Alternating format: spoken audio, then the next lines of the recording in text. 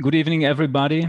It's my great pleasure to welcome you all to the first network member symposia with research insights in the DFG Collaborative Research Center TRR277 Additive Manufacturing in Construction of the two universities, TU Braunschweig and TU Munich. My name is Harald Kloft. I'm the head of the Institute of Structural Design at TU Braunschweig and the spokesperson of the TRR277. All our partners in the Advanced AEC network are united in addressing the major challenges of today's time into our research programs. And these are essentially the reduction of CO2 emissions, the reduction of resource consumption, and the transfer of our linear material flows into circular economies.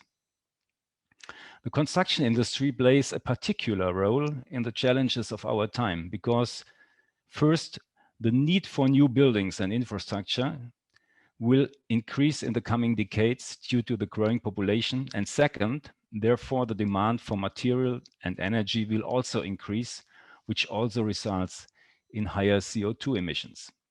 So linked in the Advanced AEC network, we believe that digital technologies and interdisciplinarity are major keys to take these challenges and to turn construction industry in a sustainable direction. Our researchers of the TRR277 see additive manufacturing as a key digital fabrication technology for resource-efficient and novel design strategies. The TRR277 of the two universities, Braunschweig and Munich, has been established with beginning of 2020 and is funded by the German Research Foundation DFG. The great advantage of additive manufacturing is that automation and individualization are not contradictory, and 3D printing is ideally suited to the high degree of individualization in the construction industry. There is, as example, you see here on the right side, in traditional concreting, the space between the formwork is completely filled with material. In additive manufacturing or 3D printing, the material is only built up where it is structurally or functionally required. And this allows the concrete masses to be drastically reduced. In addition, you see here only 1 or 2 people on the left side are required instead of 7 to 8 on the right side. And the people on the left side, of course, they have much more higher skills. And all in all, you can say additive manufacturing is ecological and economical and will create new job profiles.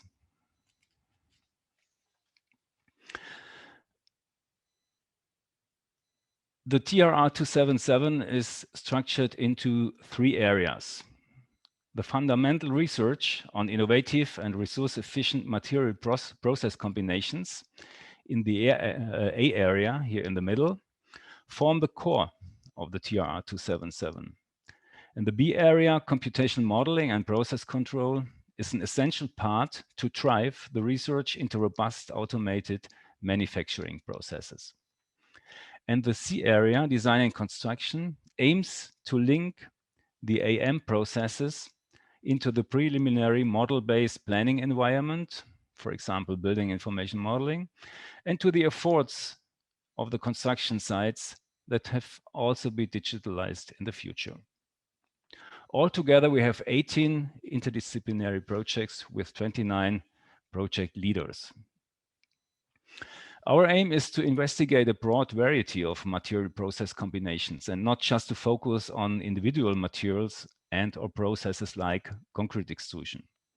So we have therefore made a basic structuring of the currently known methods for particle bed and deposition techniques and have assigned these to the traditional materials, concrete, steel, wood, fiber reinforced polymers in the first funding period. Especially for the 4 concrete projects, the integration of the reinforcement is an essential research topic. And in the next funding, we want to combine also different AM methods, and we will vary the materials. AMC also intends to pave the way forward for a new freedom of design in architecture and construction, while at the same time using building materials in a design-driven and resource-efficient way to create a future-oriented new logic of form. In summary, we are convinced that additive manufacturing is a key technology for the digitalization of the construction industry. And the TRR277 aims to increase resource efficiency and productivity in construction, and also wants to pave the way forward for new design in architecture and engineering. We also see the chance for AMC to dive directly into the digital environment of Industry 4.0 with fully networked digital processes. Before we now step into our research insights, we start with 2 guest lectures.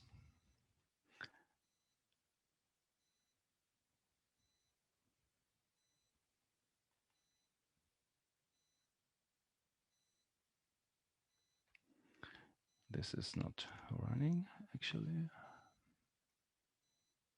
Here, okay. So I'm very happy to have Ena Lloret-Fritschi and Fabian Meyer-Brötz tonight here. And we will see about their experiences in research and also in the practical building applications. And I now hand over to my colleague, Kathrin Dörfler, who will moderate our guest lectures. Thank you. Warmly welcome. Thank you, Harald. Welcome everybody also from my side. I'm very happy to introduce Ena Lloret-Fritschi and Fabian Meyer-Brötz, our guest keynote speakers. Both of them, I think, could turn on their video so that we can also see you, but I'm gonna just give a brief introduction to their background. So Ena Lloret-Fritschi is an architect and a researcher and a former colleague of mine from ETH Zurich. And Ena, as you will see in her talk, bridges perfectly architecture and digital fabrication with material science, and is therefore actually a perfect example that innovative solutions most likely happen at the interface of different disciplines, something that we also try to live in within the TRR277. And the title of her talk will be Rethinking Formwork with Digital Concrete. Ena is currently a postdoctoral researcher in a position between the chair of chromatography research and the chair of physical building chemistry of Professor Robert Flatt. And her work is embedded in the research strand modeless shaping with concrete within the DFAB or the NCCR ETH, where she guides PhD students and coordinates projects in this interdisciplinary field. Ena successfully defended her PhD dissertation on smart dynamic casting, a digital fabrication method for concrete structures in 2016.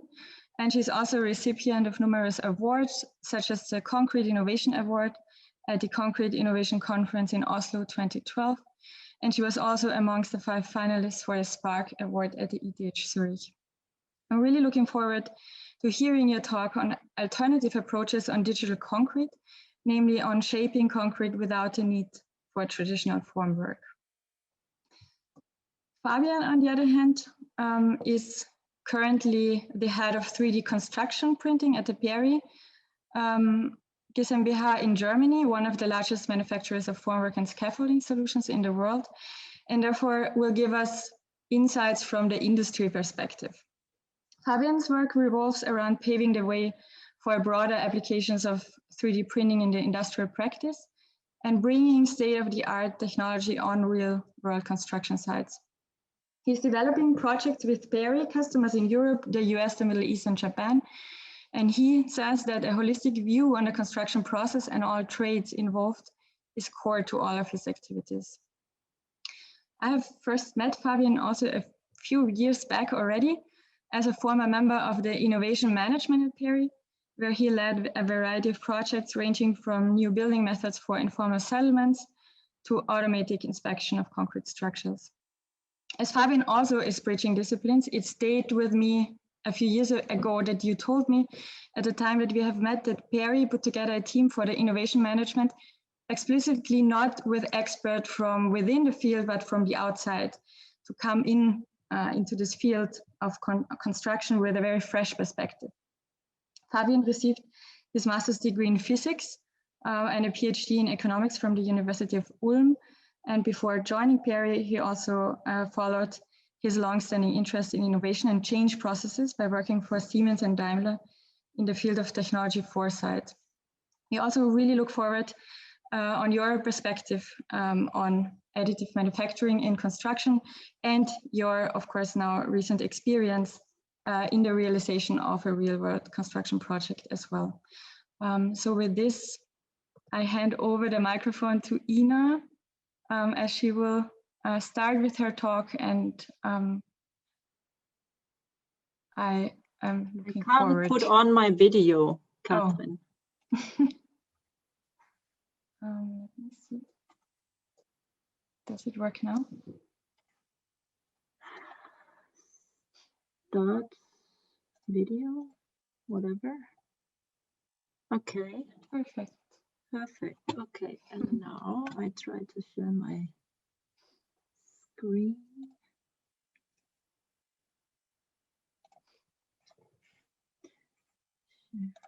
And now I put it on. So you see my presentation or my? Yes, all fine. Okay. Oh, perfect. You can start. Perfect. Okay. Perfect. Thank you very much. First of all, thank you all very much for inviting me here. I think it's a super urgent topic that we are discussing, and the more, the merrier, I would almost say. I will be presenting kind of an overview of a lot of the work that we are doing here in the concrete cluster at the ETH, which I'm leading since ending my PhD in 2016. And to give you a kind of an insight, and afterwards we can of course open up for discussion. So first of all, as Kloft has already been emphasizing on, concrete is probably the most evil material that we currently have in the construction sector, and we need to find ways to reduce this amount of material that we are using at the moment. So in 2016, we used 4.13 million tons of this material, and it of course has a huge impact on the environment. Also, we need to look at how it is that we are constructing, and I love to show this picture of Michael Wolf, which is showing how we construct standard buildings for the reason that it is efficient and we can do it fast. And actually 7.72 million units looking like this were produced in China in 2015. And it probably, one of the reasons for this is, of course, that the formwork for concrete construction is already having a very, very high cost on the overall construction, which is calculated to 53%. Let's discuss this number. It can be 40, 50. There's always different ways of calculating it, but let's say it's approximately half of our construction costs. And of course, we know that a lot of the concrete is also having a reason for emitting the waste. And we are actually often overbuilding our structures because we are giving these standard formworks as our, let's say, design tool as architects. So when we want to start producing something that goes out of standard, and I'm very aware that these are very explicit examples showing something more as a niche, nevertheless, to produce something like this immediately requires very customized formworks, which we are questioning how to actually rethink. Because they first of all cost up to 88% of the overall cost of concrete structures. And on the other hand, we also know that we have increasing amount of waste in the construction sector, which is of course increased if we start building more non-standard structures that are structurally optimized and using less of this material. So the question is a bit, what can we do to reduce formwork? And it's very, very known that 3D concrete printing is pushing forward and has excelled on this over the last decade. Knowing the first person starting this, Professor Kosnevich, and is of course in industry, X3 and the lot are doing the same. And then we have stay-in-place formworks such as mesh mold that is done here at the ETH, was done by Norman Hack, who is not here today, but he was the one who initiated this project to have a stay-in-place formwork, which we then cast with conventional methods, built with a robot. And of course, Kathrin was also very involved in this project. And then we have knit candela as another example for a stay-in-place formwork that is structurally optimized using these knitted textile that are then stretched into place using a scaffolding system to stretch the material. So finally, we have a huge community starting to look at counter pressure formworks, which essentially 3D print formworks, and then they fill concrete inside. But because they use conventional concrete, these formworks need a counter pressure, which is in normal concrete construction, the scaffolding. But in this case, they use sand or printed scaffolding systems that we see in the AI built project. Now, the work that I will be showing is aiming to not use any kind of support structure or any kind of, let's say, additional help to keep the formwork as slender and as simple as possible for construction with concrete. And it started with my own PhD project, which sprung out of a work that I did before at the Architectural Association in London, where I injected wax into water to see if it's actually possible to shape a non-stand or this complex material without a formwork. And this was the kind of initiation or sparking idea for this project, where I came to the ETH to slip form concrete in a robotic process. But to do this, of course, requires knowing what the material has to do. And together with Robert Flatt, who is probably a known name to most of you, he came up with the idea, why don't we use set on demand? What is set on demand? It's essentially, you take a conventional self-compacting concrete in this case, then you sequentially take smaller batches of this material and then you accelerate it. And what you see here was one of the first successful slipform columns that we did, where we essentially just tried to see, is it really possible to shape concrete when it changes from a soft to a hard material? And it ended up to be possible, and the slip forming speed is done in a speed set to the hydration of the concrete, which in this case took about 3 hours to produce a column, which was a lot back then. Now, what does this mean? So principally, we have this pump, and we have for SDC, which is the process that I just showed you, a material that is self-compacting filled into a formwork, and then the formwork is slipped up in a speed set to this hydration rate. And then we have thin formworks that I'll show you in a moment, where we use exactly the same type of material, but we omit all the problems of friction that you will see that we have on the go of this process. So of course, there is a limitation to what you can do when you slip form concrete in this process. And this is very similar to what is actually being done in 3D concrete extrusion. The only difference is they need a material that is layer based.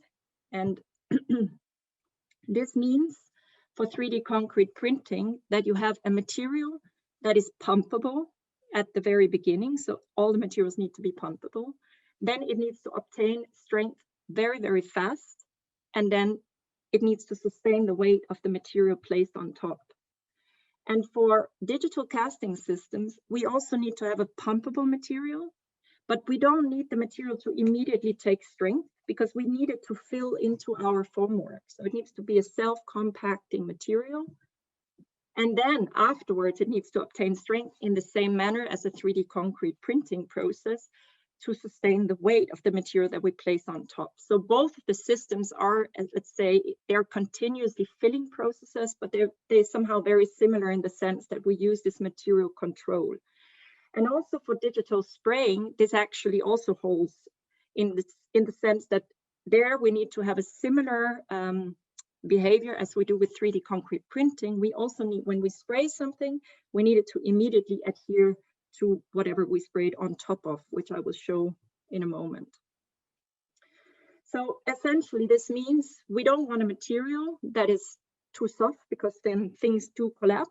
And we also don't want something that is too hard because then we either have friction or we have cold joints, which is something that we know very, very well from 3D concrete printing as a severe issue.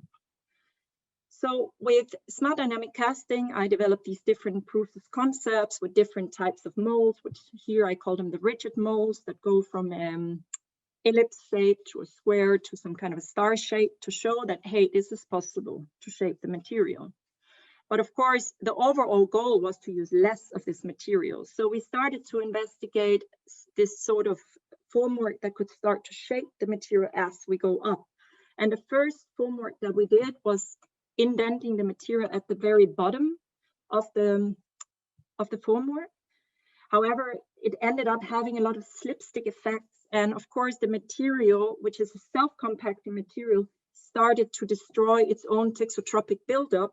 And it actually took me 20 columns to prove the concept that this could maybe work. So let's be honest, a very robust technique, and that was taken into consideration in the next phase of the project. So then we started developing a global shaping formwork instead, which actually shapes the concrete in the moment when it enters into the formwork.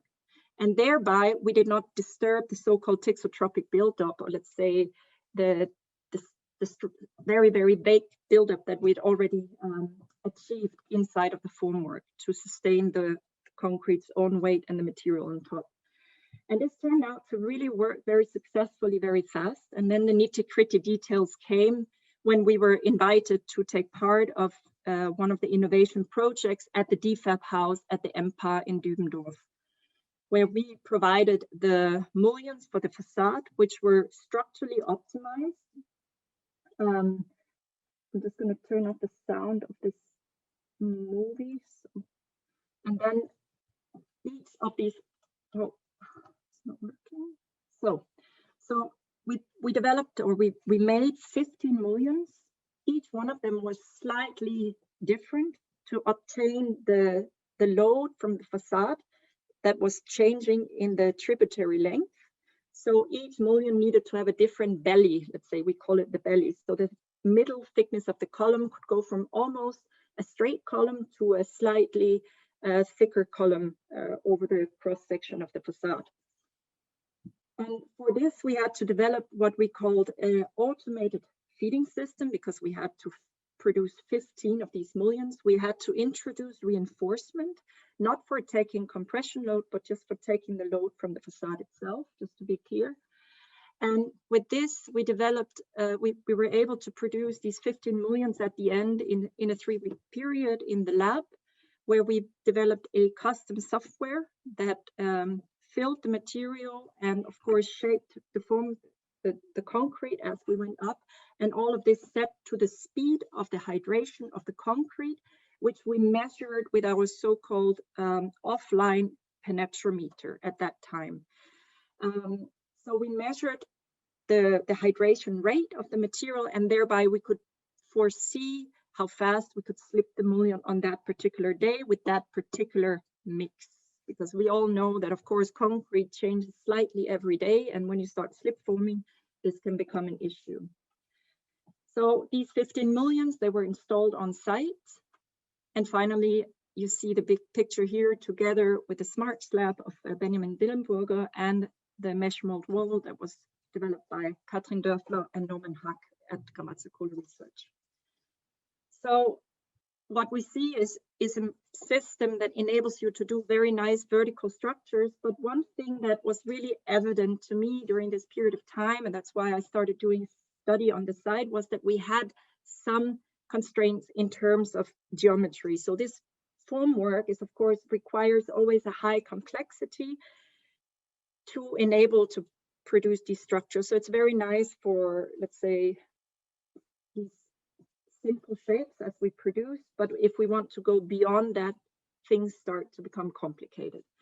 So I started asking myself, I have a material that actually sets and allows me to print more or less in the air. Why don't I put this into a super thin eggshell formwork? And then I can shape this in any way I want. So I started a study.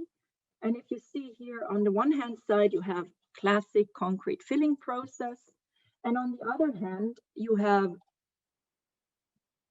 3D printing of a thin shell into which I stick my so-called set-on-demand material.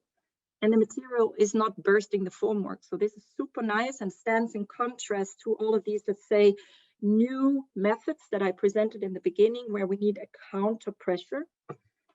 And based on this, we started a PhD project where Joris Burger, who is part of our team, started excelling this process to the very, very best, I would say.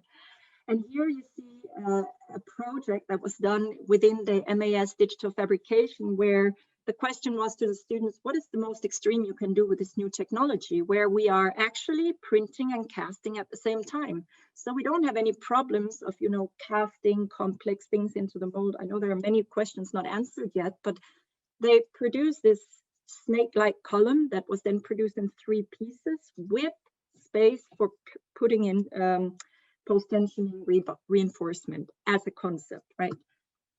And there was a whole catalog developed, and this gave us big confidence that we could actually already put this into real scale. So with the future tree, which was done here at the Kamatsu Research Chair, together with Basler Hofmann, one of the leading engineering companies in Switzerland, they asked, so make us something that looks as the future of construction. And then it was a collaboration between our wood cluster and then the concrete cluster, and we developed this combined system of a complex roof and this so-called future tree column. And here we did not do as, let's say, combined printing and casting, because there were many things that were still not answered at this point. So what we did was we printed the formwork, we made the standard reinforcement, which is, as it's not standard, but it is a standard process of making reinforcement, which we could then stick into the formwork and then cast with set on demand. And here you see there are many things that had to be answered on the go, because of course the pattern that you see on these formworks, they were not somehow an arbitrary pattern, because when you want to start printing something in a large scale, we all know that there is a delamination of the print path and the entire issues that occur in this moment. And there Joris came up with very good concepts of introducing the shortest path as a sort of a pattern that made the formwork very rigid and at the same time printable at a large scale. So you see here how we actually use the material and fabrication process to inform our design in an iterative process throughout this design and construction. And finally, we could fill the column, which was consisting of these 3 elements, and it was demolded, and now it's standing on the site as a full-scale reinforced column built with 1.5 millimeter thin formwork.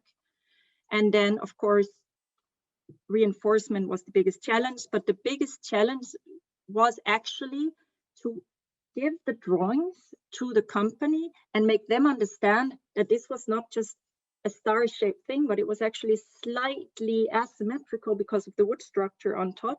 And they continuously came back with a symmetric star-shaped reinforcement case that we had to send back. So this was actually the biggest problem. And finally, you can read more about this in our paper in 3D printing and additive manufacturing, where a lot of the things about what challenges we had with scaling up the 3D printing are described. Now, another project that evolved out of my PhD is adapting SDC to AC/DC or intense by Anna Sabo, who was a PhD student here at Kamatsu Chair also. And it started out with this work that we were doing during my PhD, where we looked into, is it possible to do these very, very thin shell structures with SDC? It must be, we thought. So we had a student project where we challenged them to make a canoe. And a canoe, in this case, was reinforced with carbon fiber strands. And one of the learnings here for the engineering students was that they designed a canoe, but they actually didn't know if it was possible to do it. So we ended up not having the tip of the canoe because they had not had the time to actually investigate what are the design constraints, what are the fabrication constraints of this system. so that it ended up with a manually cast piece at the end, but nonetheless, this was really showing that we could do these very, very thin structures with the set-on-demand system. This was further investigated by Anna Savo in a robotic process, and she faced lots of challenges in terms of material, which made the system, it was rather irrobust, and it was very tricky to actually fill this very thin formwork on the fly of production. So this made her go a step further to say, well, actually, we have this material again that can set, and we have the eggshell process, but what can we do with thin formworks that actually enables us to very cheap make thin folded structures that can be reinforced? And she tested different types of material foils that she then lightly tensioned, therefore intense, into a wooden frame. And what you see here is her filling up a 1 meter tall formwork in less than 20 minutes. And this was then demolded and assembled using these post-tensioning cables, showing that actually with super thin formworks that you can find anywhere and tension it into the wanted shape, you can actually start to build formworks for the future, which is probably the cheapest formwork you will ever find. So if from going from this material control and looking at these different types of formworks that we can actually generate and what shapes we can get for construction, we also started looking at the digital spraying systems, because they're inherently also belonging to this group of work where can we actually eliminate the formwork.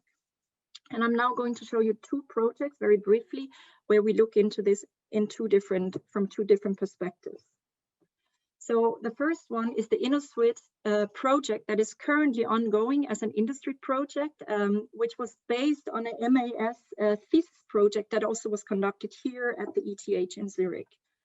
And here it was inspired by the work of Kathrin and Norman, where we have the same place formwork for mesh mold that needed to be filled up and surface finished. So the question was, how can we actually do the surface finishing robotically? But this actually ended up with a new question. Can we actually 3D, can we spray on complex surfaces and use these as a single mesh layered structure for architecture? So it starts by having a 1-layer mesh in contrast to the 2-layer mesh in mesh mold, which we then scan, and then we spray it with concrete and bring it onto site. And I would say one of the biggest challenges here that we are currently tackling together with the PhD student Valens from Geosensors and Engineering in Geodesy here at the ETH Zurich is really how to control the system in a feedback-based loop. So to make sure that if something is happening, what is the layer thickness and how can we actually design with this? So this is what we are currently trying to tackle in this project. So it means we have a setup and a component which needs to be localized, and then we need to measure the as-built state, and then we need to spray on the surface and constantly reconstruct the surface to assure that we don't get a thicker layer than we want to have.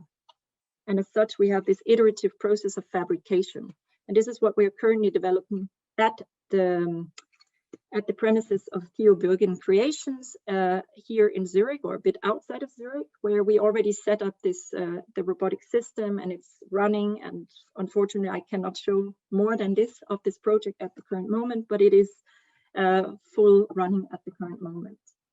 So in a kind of a similar family to this, there is robotic plaster spraying or crafting surfaces with adaptive thin layer printing through continuous mobile fabrication.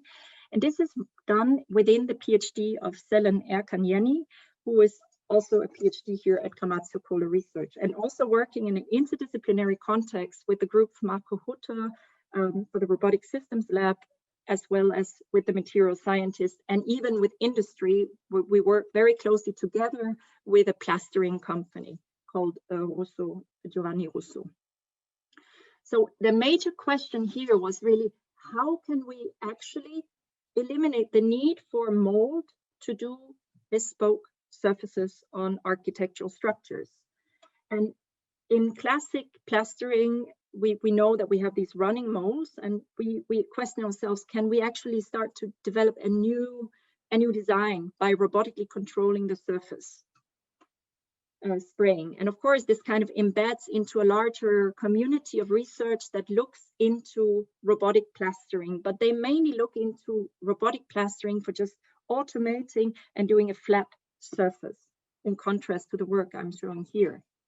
So the workflow of the work of Cellen starts by having a target geometry, and then the process control, and then the physical testing is done in an iterative process to collect data, which is then used to visualize our design tools. So here we are really targeting to collect data to enable architects and designers to intuitively design with this very, very complex material, which is something we can kind of see for all the processes that we are developing within these non-standard complex concrete structure for the future. So as I was saying, she's working together with the construction robotics team at the ETH Zurich, where they're developing this mobile robotic machine for on-site construction. In the end of the day, the goal is to stick on the plastering process to this and spray in buildings. So this robot is at the current moment able to detect the space it's in, to generate the data, and you can also generate the path that you want to have. And then we have the process control for the robotic plastering and the data collection system that we need to visualize our design at the end.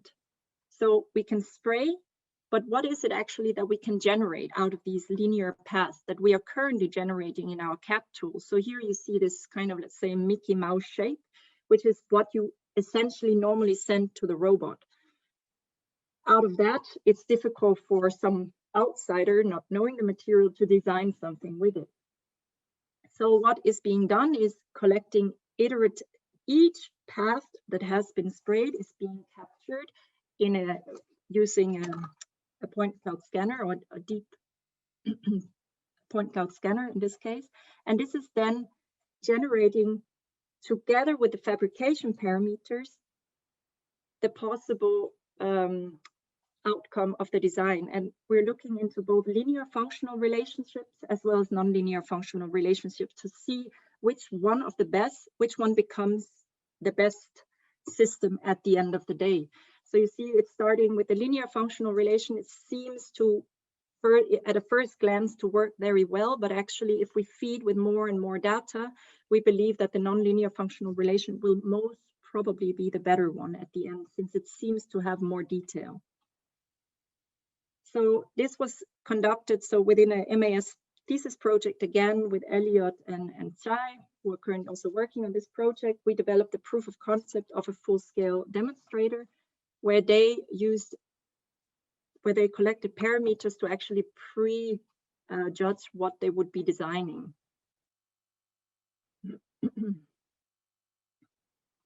Oh, this one is hanging.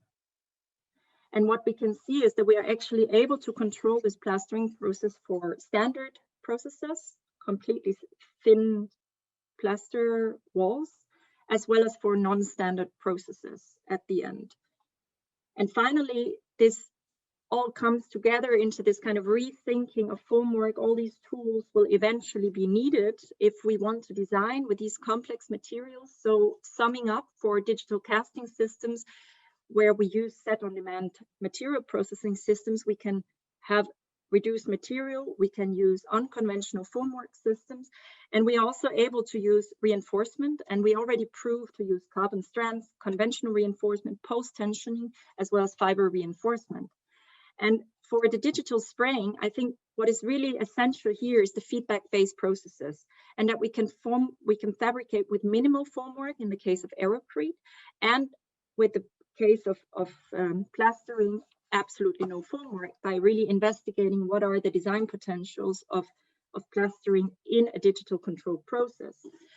And of course, one of the big challenges here that we are tackling is really how can we design and how can we visualize? Because in the past, when I started all of this 10 years ago, we were aiming to have a PhD student working on a, let's say, simulation software where we could simulate what is possible with 3D concrete printing or with 3D or with STC, for instance.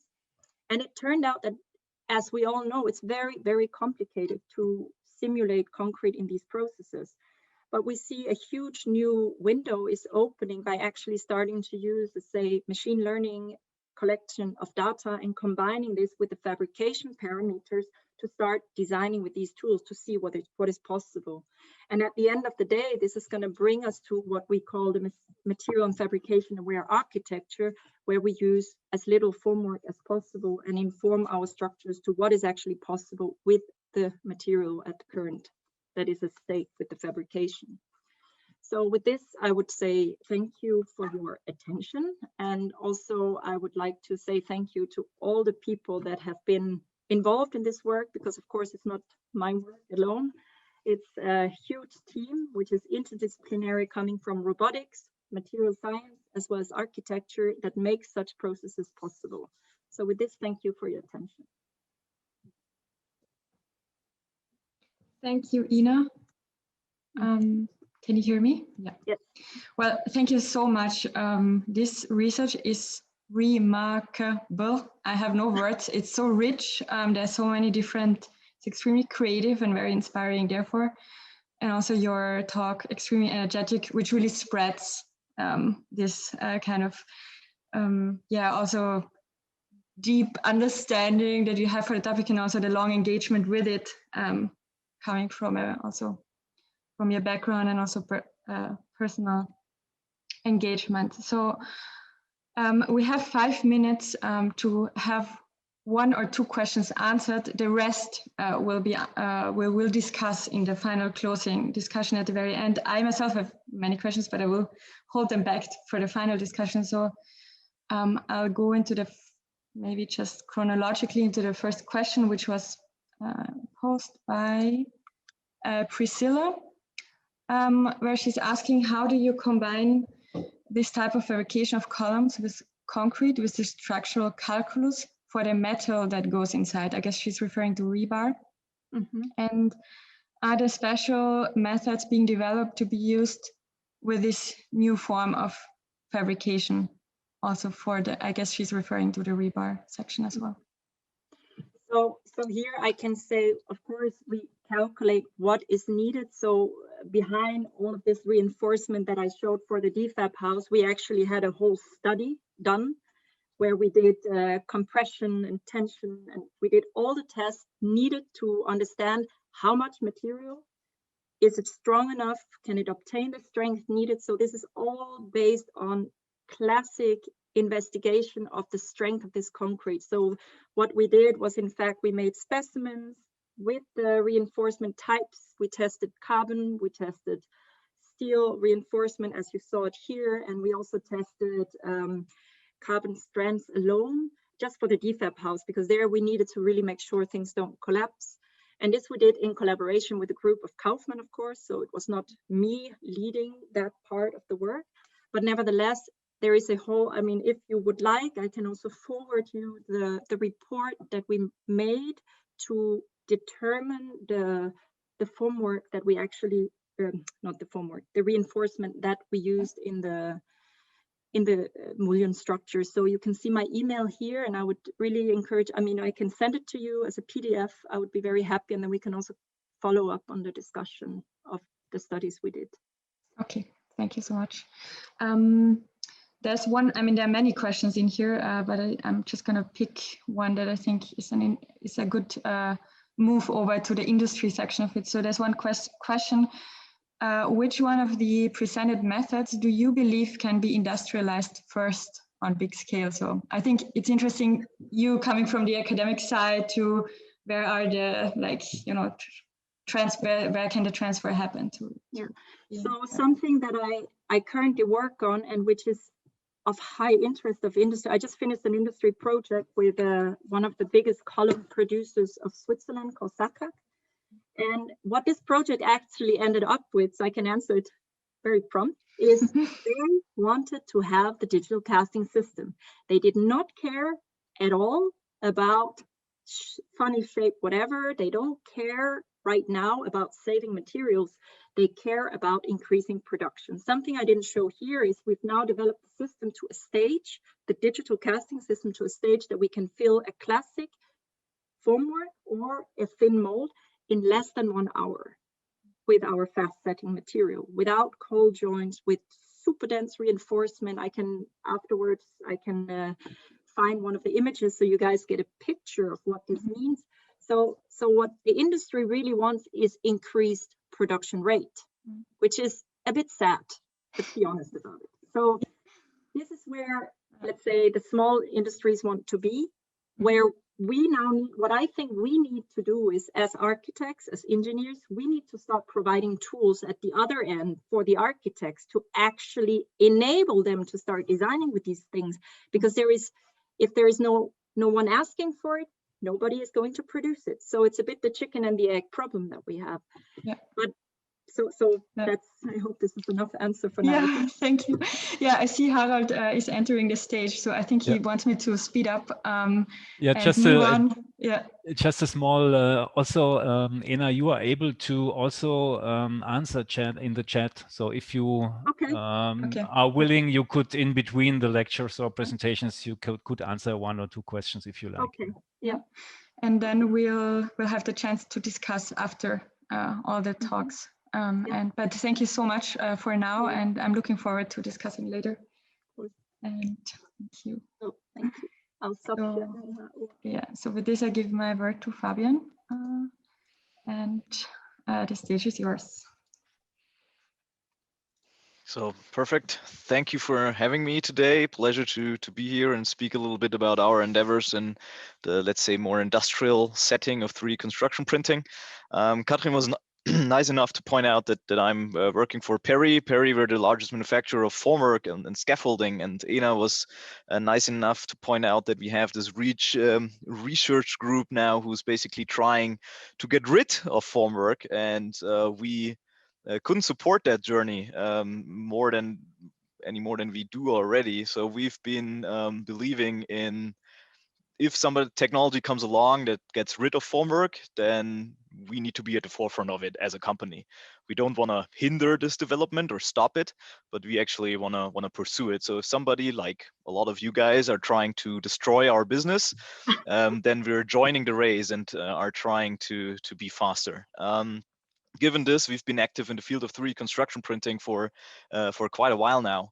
And some years back, we've joined forces with Cobot. You can see the logo on top here, and I assume that most of you are familiar with the company. So we've been active in the field, as I said, for a while, and now obviously in an industrial setting, it's about, okay, where's the market for this technology? How can we apply it in the real world, and how can we actually get a lot of our clients, so the contractors across the globe, to pitch into this technology, to get involved and progress the journey. That said, I'm just checking if everything is all right. Yeah, there we go. That said, here you can see a diverse set of pictures in terms of that 3D construction printing. Obviously, first of all, is a big tool. I'll be talking about houses in a second here, but don't get me wrong that obviously 3D construction printing can be used in various settings. So still also here at PERI, we're still a rather small team, and hence focus is important. And we decided that, well, with housing crisis and labor shortage across the globe, the topic of housing is very dear to us. And so we decided that this is one of our focus topics. Now, stacking layers of concrete on top of each other. You all know that that's been available for years on end. And there's been houses across the globe as well that we are all aware of. But none of them have actually been built in Germany, where our headquarters is. And we've always been a bit puzzled by that, but I guess we also understood why that was the case. Looking at a lot of the projects across the globe, they got very special treatments. They got special, let's say, permits. And I tend to call quite a few of them big flower pots because they are big in a sense. But a lot of other trades have just been kind of thrown into there. They've just been well, for example, surface mounted electrical conduits, and a lot of these buildings that we see across the globe are not inhabited. So nobody's actually living in them, and we found that was a real pity. given this, we wanted to undertake the journey to get a 3D printed home in Germany, not just a house or a structure, but an actual home that people can live in. If we were after the title of the first 3D printed house in Germany, we probably would have made some room in our parking lot and printed a 40 square meter hut and did a couple of marketing events, and that be it. But we took our time with it and really wanted to make a real building with focus on the overall construction process. If you're honest, even steel reinforced concrete makes up maybe 20% of a structure, maybe. Mostly it's actually less. So there's so much more to a building that, at least from our point of view, and a lot of the work that's been happening was largely neglected. And we wanted to really focus on that overall process. By some funny coincidence in the end, actually, we got together with a couple of good partners, and sorry that this is all in German. It's actually from the so-called Bauzaunbanner. I don't have a clue what that word is in English, but here you can see we undertook that journey of printing the first building in Germany, and here I want to highlight the work of the architectural office, Mense Korte, who's the designer behind the building and who figured out a lot of the details. And also I want to highlight Heidelberg Cement, which we used their material for this particular project. Now, having in mind that we undertook this from the beginning on, that we want to 3D print this building, we had our focus on the overall planning process from the beginning. And again, Ena just pointed it out that we need to give architects kind of the tools to work with these technologies. And I'd say it's not just the tools, but we actually have to change this overall cycle, that the decision on the fabrication technology has to be taken very early on. Right now, a lot of the planning and design phases, they don't take into consideration if this is cast in place or if this is a prefab piece. It's just designed in a way, and then way further down the road, people start thinking about how to actually build it. And now with these new technologies and the potential that they give us, we have to decide very early on, okay, this is going to be a 3D printed building. How am I going to plan for this? So we had that in mind, and then obviously a lot of these things are then about form and crazy designs, and we love these designs. But on the other hand, again, if we think about other trades, they don't necessarily like crazy designs, and they don't necessarily like it when we operate in our walls with a lot of material savings. A very simple example is that a snake line is, from a structural perspective, very nice. The guy that has to put in the tiles in this building is going to kill you, and the costs go through the roof. And in the end, we have to be honest with ourselves. If the costs go through the roof, nobody's going to use this technology. So we had to find a little bit of middle ground in terms of how do we design the structure to be as material saving and also as aesthetical pleasing as we can. But on the other hand, also incorporate that it still has to be feasible for all the other trades involved. So that was one very important aspect. The other is, now we stack layers of concrete on top of each other, which is beautiful, but then that opens up so many avenues to wall assemblies. So obviously there's a lot of hollow walls that you see around the globe when you see a 3D printed building, but does that actually make sense? How do we insulate the building? How do we do interior or non-load bearing walls? So lots of questions around that had to be answered. And last, obviously, how do we get this thing permitted and in Germany?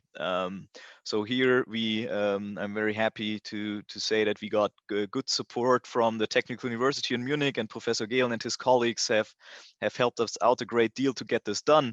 But that is also obviously a lot of work. Which norms do we relate to, and how can we test this? So with these things in mind, Waldemar Korte and his colleagues came up with this floor plan in the end. So yes, there's a couple of curves, but it's not going too crazy. And yes, there's a couple of lost formwork or stay-in-place formwork where we did, in fact, use conventional concrete to cast it out. But I will come at a later stage. I will explain why we had to do that and why not all of the loads go into this conventionally cast concrete. So we have these various wall assemblies. In the end, we did go for a hollow wall because we believe that the facade is a huge cost driver. And if we don't have to mess with the facade, that's beautiful. And we also believe that insulating these hollow chambers is very efficient in the long run. And you can use economically friendly material. In our case, it was volcanic stone, so 100% recyclable material. Coming from that perspective, now we had several wall assemblies that we knew we wanted to use, and we knew that there were norms that we could at least say that we are similar to. But a lot of these norms now tell you very specifically what you have to test and then to get the permit in the end. That was, again, tons of work where we had to not just test small samples, but we had really to test whole wall elements. So on the very left, you see a 2.6 meter long, 2.6 meter tall wall element. You see the facade elements, which we had to test in horizontal and vertical directions. So lots and lots of testing of printed samples in contrast to, let's say, many conventional concretes or concreting applications. It wasn't enough to test specimen, but we always had to go with material in combination with the fabrication process, and that together we could then test. There's always cold joints involved in these testings, so obviously that's always the weak spot, but it had to be included. And there's also a couple of tests that we found very ridiculous, but we had to do after all to satisfy the norms. The very good example is this hard impact test, where you take a 1 kg ball and let that on a pendulum against a 10 centimeter wide 3D printed wall, which obviously nothing is going to happen, but we still had to go through these tests in the end. While this is bothersome, I actually have to say that all the official municipalities, and in Germany that's a issue of the individual Bundescountries. So we had Düsseldorf and Munich, and both were very supportive in the end. So I can't say that the official sides have tried to make our life miserable. Yes, there's a bureaucratic let's say, process to follow. And yes, they ask critical questions because the safety for life and health is of utmost priority. But in the end, they helped us out, and it was very constructive. And I can just say and encourage all of you guys maybe to not be afraid of starting these conversations.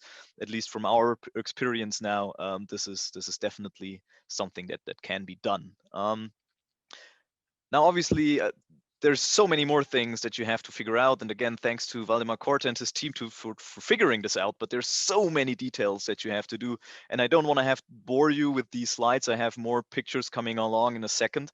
But it's just to point out, how do you do your connection to the foundation plate? How do you do your window? How do you do a lintel? How do you do electrical installations?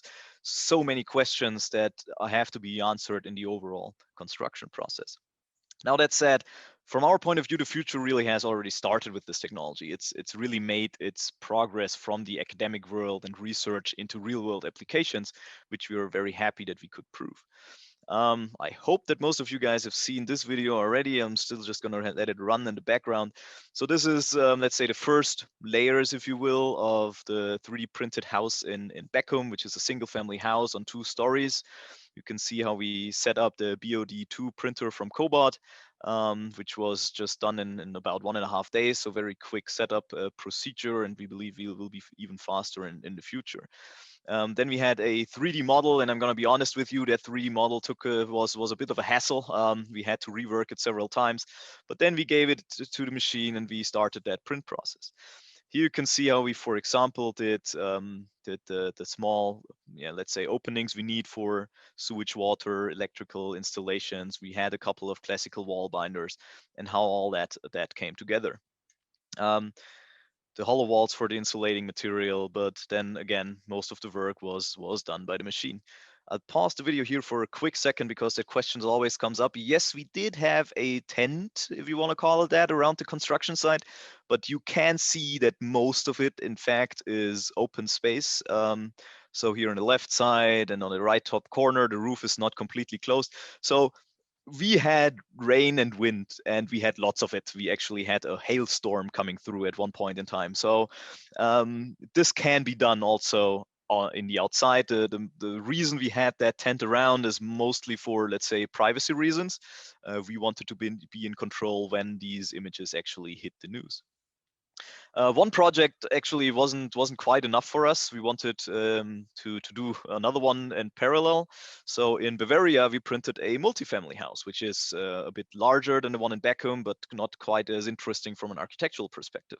So there we put up an even bigger printer, and we started printing very easy shapes, straight walls. So this is a 5-family home in the end.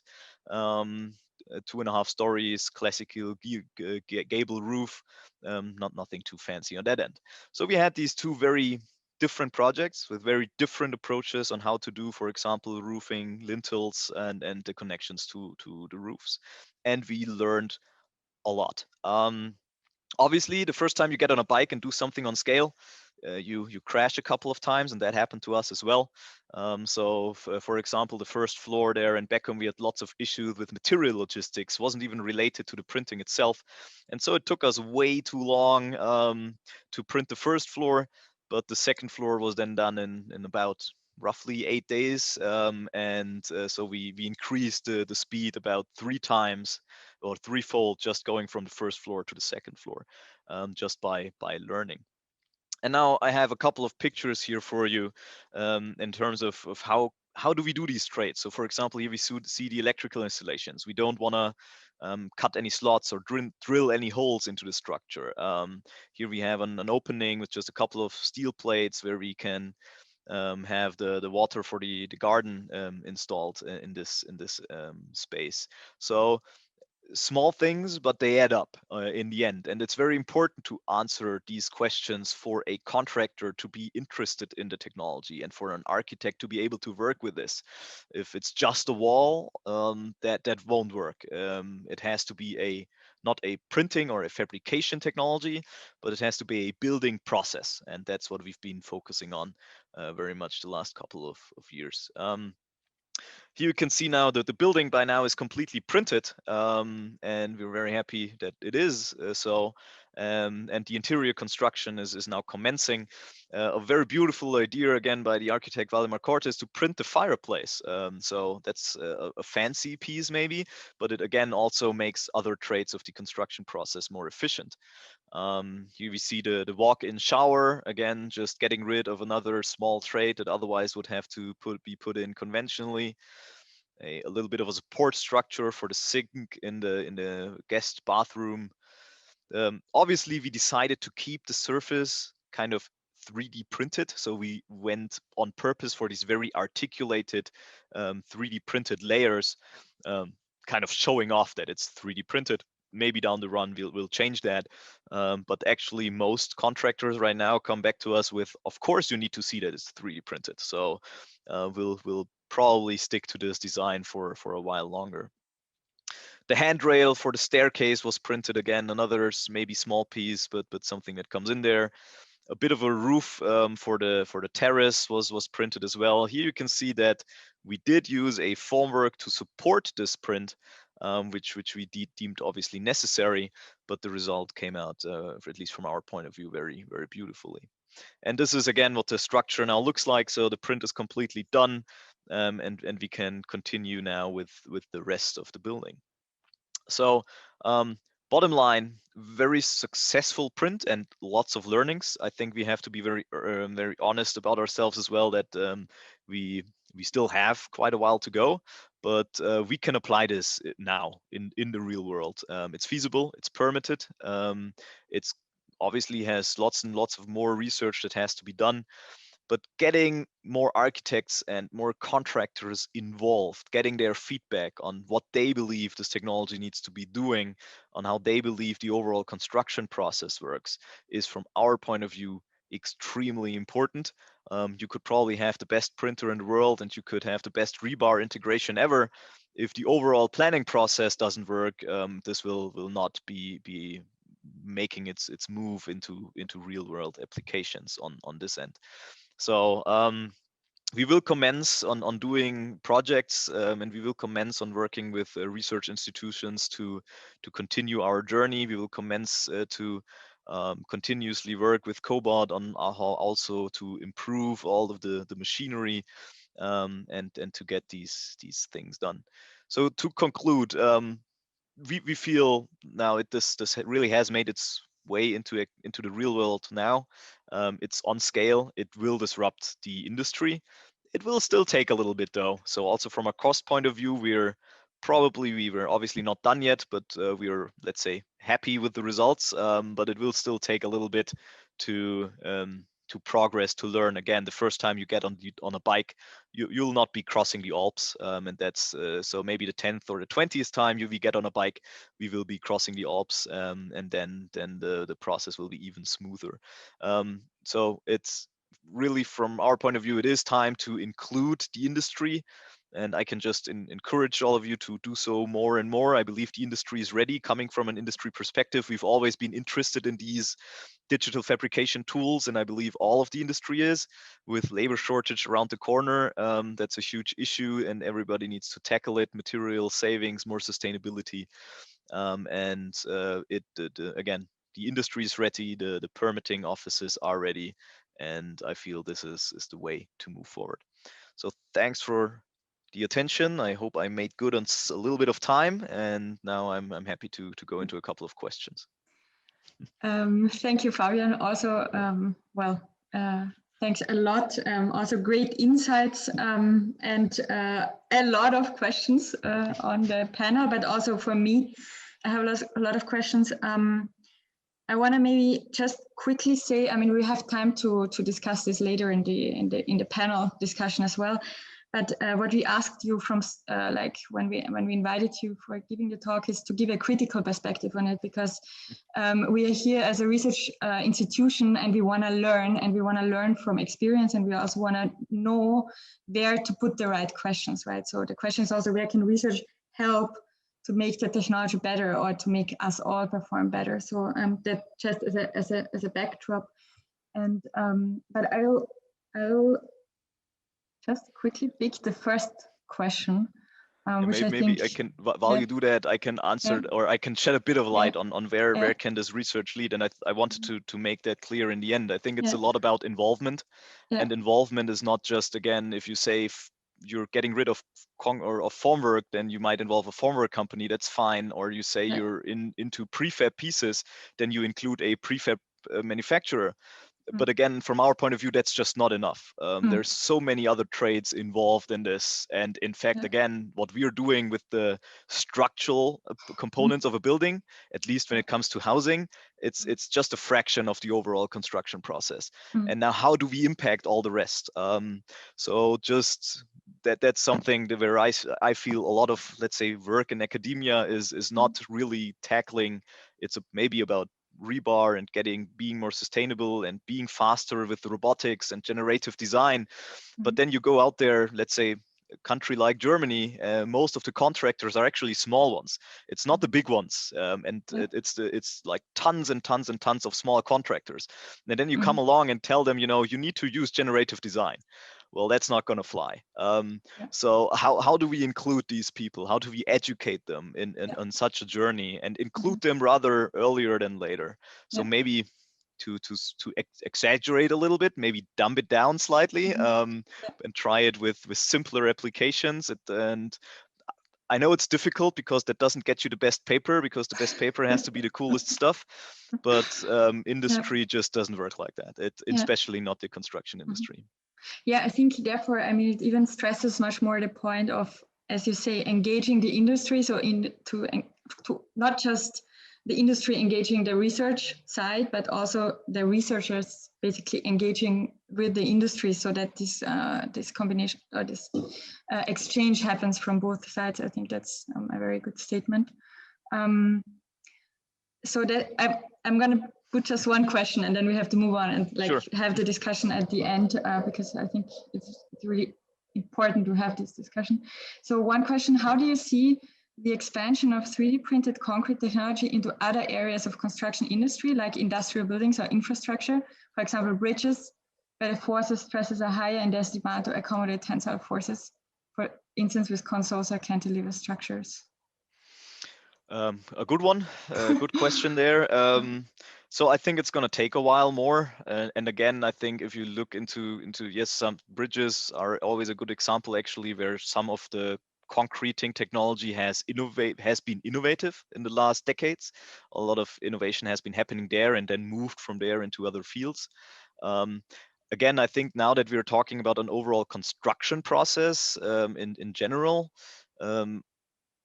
very personal, subjective opinion at that end, but you don't start with a skyscraper and you also don't start with a bridge, but maybe you start with smaller structures that might not be that heavy in their requirements that they have, and then you take it from there.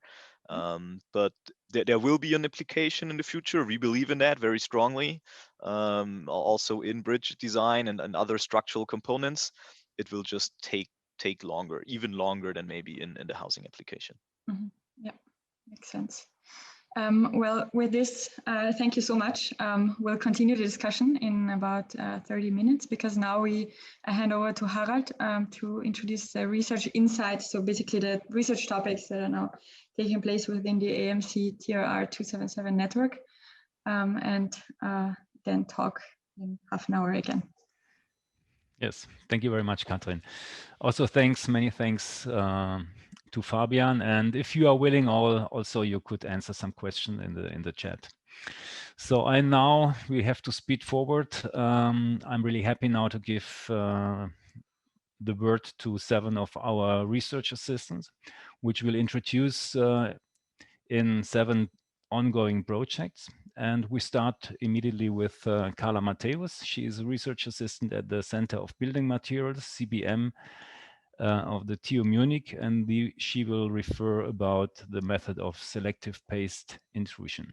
Okay, Carla, please start.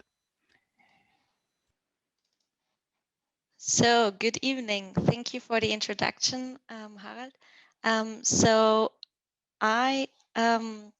My name is Carla Matthäus, and I am working at the Chair of Material Science and Testing at the Technical University of Munich. First of all,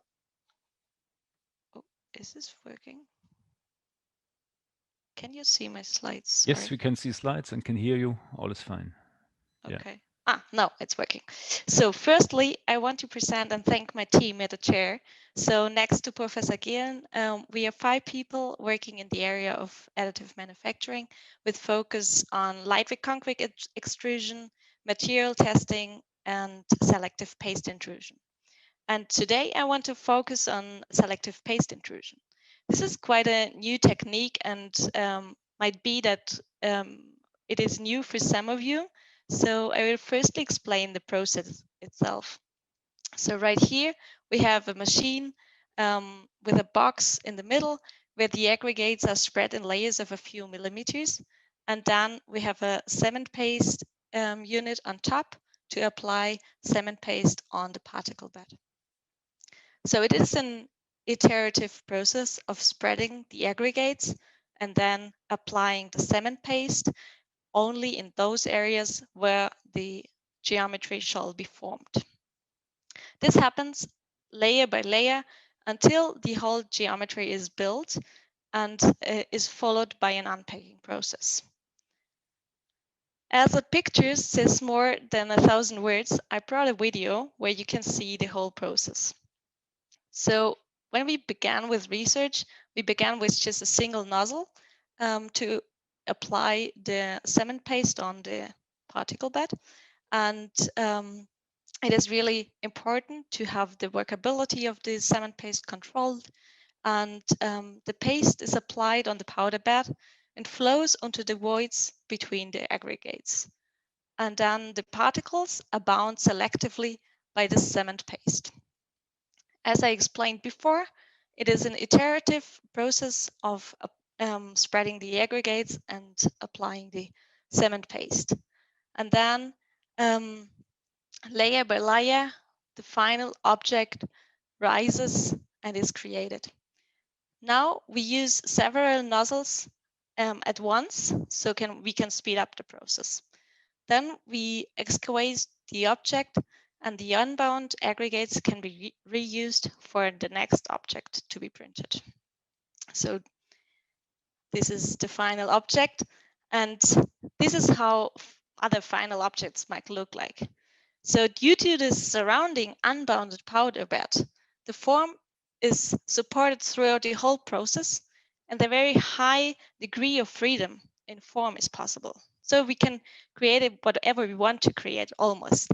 So this can only be created with a high effort or sometimes not at all with conventional formwork.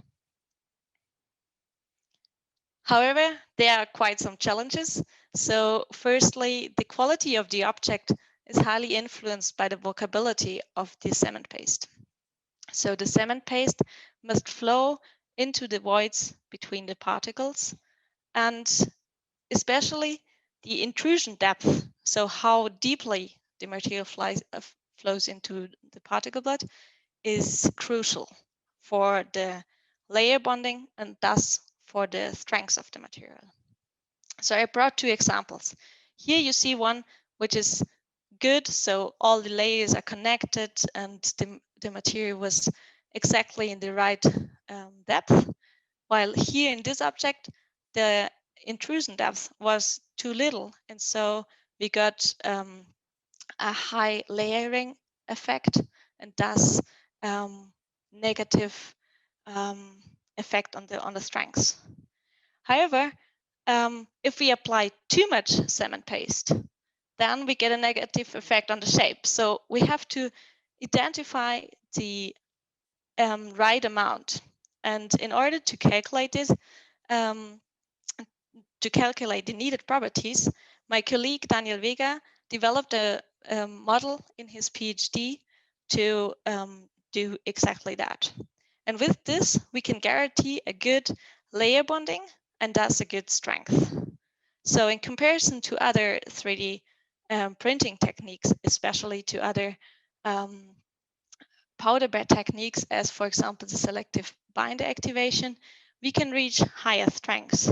So for example, we reach the value of 70 megapascal, even though we have the same freedom in form as the other techniques which provide lower strengths. So it is quite good for practical applications. Furthermore, we can combine it with reinforcement. So this is our current research project. We are trying to combine the wire and arc additive manufacturing process with this select and paste intrusion in order to produce reinforced elements. So what is wire and arc additive manufacturing? It is like welding a free-form reinforcement. And this we will do in parallel, the two iterative processes, in parallel, welding the reinforcement and then doing the selective paste intrusion method, as I explained before. Now we get new challenges. For example, the heat which is introduced by the welding. So the cement paste must be suitable for high temperatures. Furthermore, we investigate internal cooling strategies and how much the welding must run ahead so that we have a little less temperature in our particle bed. So in order to bring this also to reality, I would say, we can scale this method, we can upscale this method. So we can easily arrange a high amount of nozzles next to each other. For example, here, this is one we are using now with 40 nozzles, and we can cover a large area and print it at the same time. So while going once over the particle bed, we can, in all places where we need a geometry to be built, we can extrude the material. So with this method, we can fabricate prefabricated reinforced elements with a high complex geometry. This could be columns, beams, or joints. So I hope this presentation has given you a good impression of our research, and I can gladly answer questions in the Q&A or after the other presentations. Thank you very much.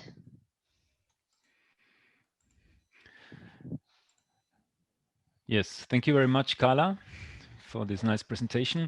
We do all the questions collect, and then after the 7 presentations, we have a slot for question and answers. So next presentation is by Aileen Vandenberg. She is a research assistant as a postdoc at the Institute of Building Materials, Concrete Construction and Fire Safety, IBMB, at TU Braunschweig, and she will refer about the new 3D printing method developed and patented at TU Braunschweig called injection 3D printing. Please, Aileen.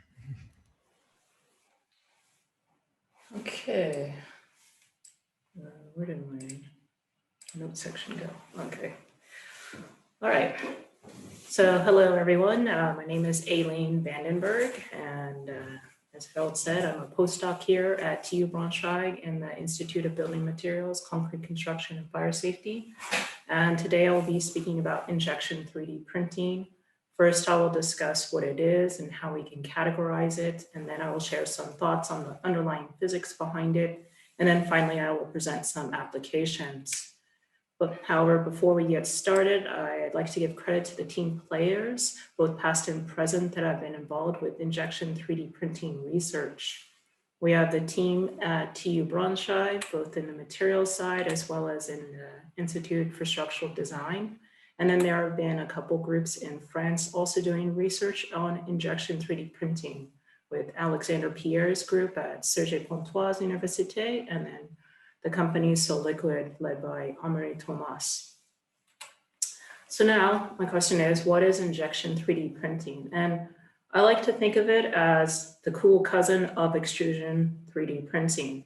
We take some material A, and instead of injecting it into air, we extrude it into some material B, whose role is to support material A such that the injected material maintains its position and geometry. And we can categorize this process into 3 categories. The first category, we can call it concrete in suspension, CIS, also known as injection 3D concrete printing. We take a fine-grained concrete and we inject it into a non-hardening suspension. And with this process, complex geometrical structures such as this example can be printed in one go. And unlike other 3D printing techniques that rely on a layer by layer process, issues such as overhangs or difficult angles or buckling after a certain amount of layers are reduced or eliminated because of the support material B provides. The second category is suspension in concrete, SIC. This is the reverse of the previous concrete. We take a non-hardening suspension and we inject it into a fine-grained concrete. And this is an interesting method because it allows for the user to create cavities or channels or voids in a concrete element and opening up potential pathways for the creation of integrated structural elements with functions for HVAC, which is heating, ventilation, and air conditioning, as well as other architectural things such as a garden like this.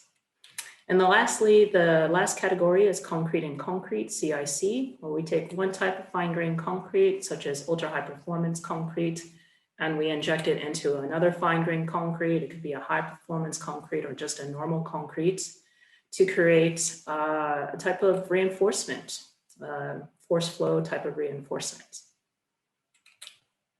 So now that we have an idea of injection 3D printing, just a general idea, I will discuss the underlying physics as to why this technique works. And I'll use the injection 3D concrete printing, the CIS method, as a reference as seen in this video, but the other 2 categories, the same principles can be applied. So first off, I present to you an example of 2 specimens that have been printed with this process. They've been printed at the same robot speed, and they both exhibit over-extrusion. That is when the robot speed is less than the extrusion rate of the injected material. And you notice right away, the specimen on the left shows buckling behavior, while the specimen on the right only shows an increase in strand diameter as the nozzle speed moves further away from the ideal extrusion rate. And my question to you is why? Why is there a difference in strand shape for the same nozzle speed? And it just comes down to the support material's rheological properties. they play a huge influence on the position stability and shape of the injected strand. So if the rheological properties of the support material are insufficient, then our injected strand will sink down, and just as you see in the schematic. Thus, the underlying physics is that of an object moving slowly through a viscous liquid. But now we have to consider that our strand has some weight and is possibly cylindrical in shape instead of spherical. On top of that, we have to consider about at when do we want to consider position stability? Are we talking about after the injection process, where our force balance equation is this? Or are we talking about during the injection process, where now we have to include a printing force into our force balance equation? And so recently here at TU Braunschweig, we've been investigating this question. And what you see in this figure is the support material's yield stress on the y-axis versus the change in densities of both the injected material and support material on the x-axis. The gray data is stable specimens, and the white data is unstable specimens. The dashed lines represent safety yield stress limits. The upper dashed line represents the safety limit if you consider during the injection process. So you can see that everything that lies above this line is stable. And then the lower dashed line represents just considering after the injection process. And you can see that there are some unstable elements if we only choose this as our safety limit. Furthermore, knowing this yield stress limiting factor on position stability, we can then start to predict what specimens will be over extruded and stable. And this is a really nice feature in case we want to print different strand geometries with one type of nozzle. So now that we have an idea of the underlying physics, I'll now discuss some applications. So on the left, you can see a small scale print setup. The support material is a ground limestone powder suspension. And on the right, you can see some of the examples of these small scale geometries we've created with this method. And then recently we've upscaled this method to a larger robot. And the goal here at TU Braunschweig is to create a modular bridge, which has been designed by ETH Zurich. And so far we've had success creating a scaled down segment of the bridge.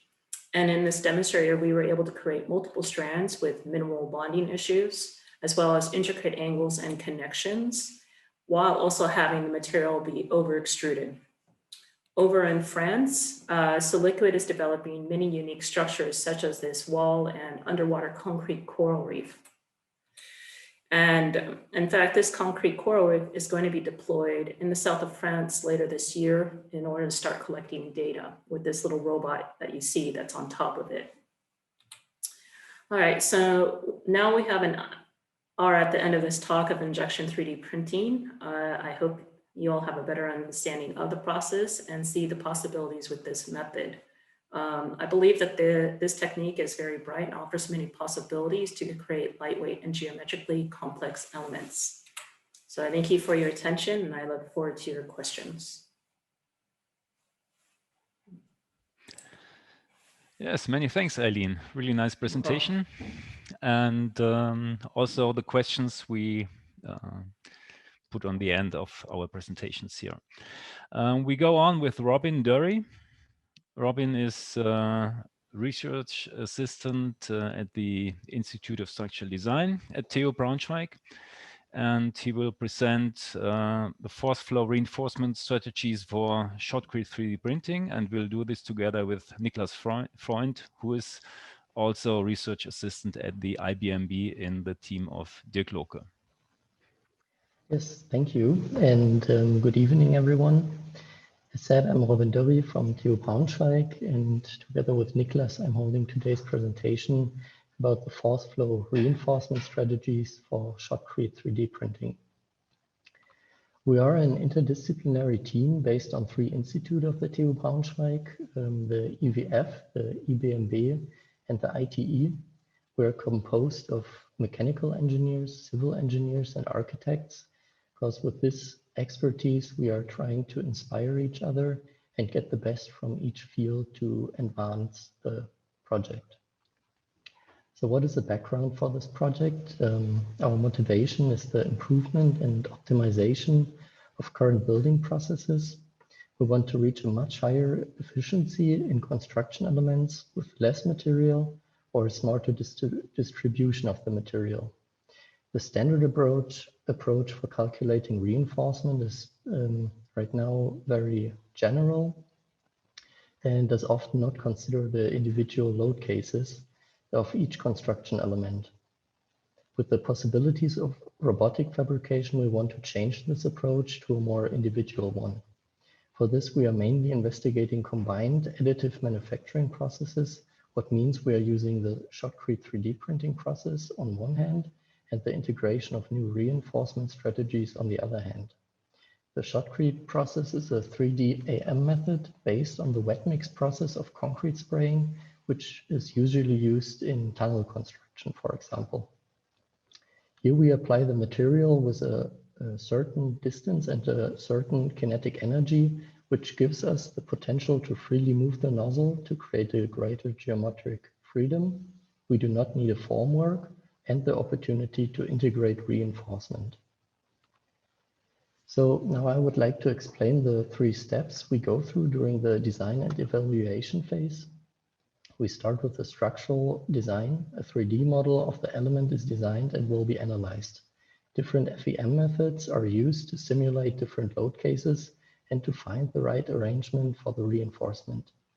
The next step is the process design. We will develop a suitable reinforcement integration process for the element. How can the chosen material be integrated? How can it be produced? And how will it be inserted during production? This exchange of requirements and solutions is the first part of our optimization. When these parameters are set, the material design begins. A reinforcement material will be picked and the bond properties are analyzed.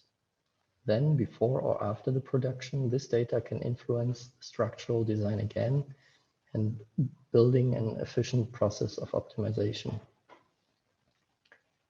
So how does the first step, the structural design, works? The foundation for this is to know where the construction element will be used. Based on the different load cases, the main stress lines are calculated and analyzed. In our example, we optimized the beam for a 3-point bending test. With the software Caramba, we visualized the main stress lines for each element. Here you can see in the red lines are the tension lines and the blue ones, the pressure lines. Furthermore, we validate this data with the surrogate model and let the structure optimize itself. We use the plugin Walacy for Grasshopper and generate this visualization of stress lines to choose which ones to use for the reinforcement. Here the tension lines are blue. For our 3-point bending test, we chose those 3 marked lines since they have the highest potential for the optimization, as the dense blue lines indicate. Now, having the individual data for the element, we start the path planning.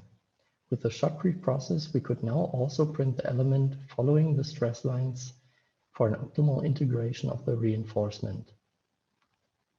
So this is what the standard and optimized reinforcement looks like. We tested different layouts in 2 optimization stages. We compared those with the standard rebar cage and used the same reinforcement content for the optimized layouts. Stage 1 being a 3-layer and stage 2 being a 5-layer reinforcement arrangement.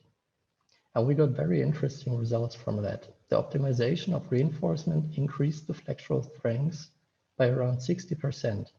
The second stage even more, but with a relatively low increase compared to stage 1. So following up on these results, we will try to decrease the reinforcement amount again and try to reach the same level of strength at the standard rebar cage in our next experiments. Now my colleague Niklas Freund is going to explain the process design and the material design. Yeah, thank you, Robin, and good evening from my side as well. Now that we've seen the structural design process and the optimization of the reinforcement arrangement, we come to the process design. On the process side, there are many possibilities being investigated for the integration of reinforcement, and basically a distinction can be made here into concrete supports reinforcement here on the left-hand side, where the reinforcement is supported by the printed concrete, or reinforcement supports concrete here in the middle, where the reinforcement serves as a supporting structure for the concrete. And further on, the process parallel additive manufacturing of the reinforcement by using wire and arc additive manufacturing, shortly WAAM. So basically, the reinforcement can be a prefabricated reinforcement structure, but the reinforcement can also be placed in the interlayers of the applied material in parallel to the printing process, or it can be integrated through applied layers using suitable techniques. But the focus here is on developing combined processes that do not reduce the automation and geometrical freedom of the shotcrete 3D printing process. However, it is also essential to achieve a good bond between the integrated reinforcement and printed concrete in order to obtain a good mechanical performance and thus to be able to achieve the results calculated in the structural design process before. On this slide here, you see, for example, a rendering of the short reinforcement insertion where rebars are inserted through printed layers, as well as process parallel welding of the reinforcement. Or the use of a prefabricated reinforcement structure that was then given into the shotcrete 3D printing process to produce a reinforced column. However, as we have mentioned before, besides the process design, the material design and the resulting quality of the manufactured component is a crucial part of the overall development process. So the resulting bonding zone between the reinforcement element and the concrete is one of the key factors for evaluating the integration processes and in giving material-related restrictions to the overall process of development. However, in addition to the usually considered parameters, namely the used reinforcement material and the hardened concrete properties, there are now further parameters affecting the bond behavior. The video on the right-hand side shows a computer tomography scan of a rebar that was directly inserted into a fresh shotcrete 3D printed layer. And as you can see, the result of this integration method was the formation of bad bond properties, which then led to a poor mechanical performance. However, by changing the integration process from a direct insertion to a screwing of the rebar synchronized to its thread pitch, a significant improvement of the bond could be achieved. And this shows that the type of integration process and the choice of different process parameters have a significant effect on the bonding zone. In addition to the effect of this integration process, the rheology of the material in which the reinforcement is integrated also has a major impact on the resulting bond. In this figure here on the left-hand side, you can see a process variation in which the rebar was not integrated directly into the printed layer, but into a flowable grouting mortar. And this also resulted in a significant improvement of the bonding zone properties. And this shows this effect of the rheological properties. But besides these two parameters, the integration process and the material rheology, the printing process itself can also affect the resulting bond by changing various process parameters, such as the nozzle angle or the nozzle distance, as well as by changing the different volume flow rates. And for this reason, it is essential to couple the process-related integration with a material-related consideration, as well as set these two aspects into a continuous feedback loop. So, to sum up, we want to show that additive manufacturing construction offers great potential for resource-efficient production of force flow optimized components. However, it is very important that the development process is based on a comprehensive view, which requires the competences of architecture, civil engineering, and mechanical engineering. The integration and arrangement of the reinforcement elements should use the advantages and possibilities of additive manufacturing, and in this way, we can develop new and innovative concepts. So thank you for your attention, and please do not hesitate to contact us if you have any questions. Thanks.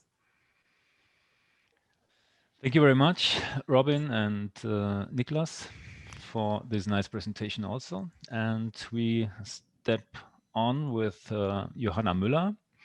She is a research assistant at the Institute of Joining and Welding, IFS, at the TU Braunschweig, and she will refer about wire and arc additive manufacturing of complex steel components. Please, Johanna. Yes, thank you for the introduction. From my side, good evening, ladies and gentlemen. As Harald said, I'm Johanna Müller, working at the Institute of Joining and Welding of the Technical University in Braunschweig. And inside this TRR277, I'm focusing, or our sub-project is focusing on the wire and arc additive manufacturing, short WAAM, of complex individualized steel components. And before I come to the WAAM process itself and to the individualized steel components, I'd also like to introduce our team. So we also have this interdisciplinary approach with three different institutes, and each institute has one main focus in our sub-project. So the Institute of Joining and Welding is responsible for the additive manufacture, for the wire and arc additive manufacturing process development. Then we have the Institute of Steel Structures. Their focus is on the testing and the characterization of the manufactured or additively manufactured components. And then we have the Institute of Structural Design. And yes, the name says, they are responsible for the design and the force flow optimization of complex individualized steel components. And how such a complex individualized steel components could look like, you can see on this slide in the middle. So it can be, for example, such a force flow optimized steel node as a connection between two or even more semi-finished parts. And that steel node can also be combined, for example, with such an anchoring structure, which is also manufactured by WAAM. And here again, we have this interdisciplinary approach, starting from the design methodology, where the parts that shall be manufactured are designed. Then we have the WAAM process, to which I will come back in a minute. And after the WAAM parts are manufactured, they are characterized regarding their material behavior. And here we have small tensile test specimen showing the strain fields under load. But we also want to adapt this characterization method to the component scale. Okay, so today I will talk about wire and arc additive manufacturing and about the process development for that. First of all, wire and arc additive manufacturing is a direct energy deposition process belonging to the family of additive manufacturing. And WAAM uses conventional gas metal arc welding, as it can be seen in the video on the right-hand side. Yeah, here in gas metal arc welding, the material is supplied through the torch and then melted in the arc. And as material, we can use almost every filler wire that is available in the market. So we cannot just use steel, but also aluminum or titanium and many other different materials. And so the molten material is deposited either on a substrate plate or on a semi-finished parts, or as it is typical for additive manufacturing, on previously welded layers. So let's talk about the advantages of WAAM. The first advantage is the high automation potential. So you can attach the torch to a robotic handling system and yeah, make it an automated process. And then we have comparatively high deposition rates, especially if we compare the process to powder bed processes. And we also have a high degree of geometric freedom. So WAAM makes it possible to manufacture overhanging structures without any supporting structures needed. Yeah, and these advantages make WAAM so suitable for the construction industry, since it allows the fabrication of force flow optimized structures in a large scale. And in the WAAM process development, we have the approach to use a high strength filler metal, which is a steel with a yield strength of around 700 megapascal, and that allows the reduction of the required wall thickness or cross-section area, which then allows the reduction of the material that needs to be deposited. And via that, we can reduce the manufacturing time, and that in the end saves, of course, a lot of costs. So in this development of the WAAM process, we have 4 main goals. The first one is pretty basic and simple, but not less important. It's a stable process, the identification of a stable and reliable welding process.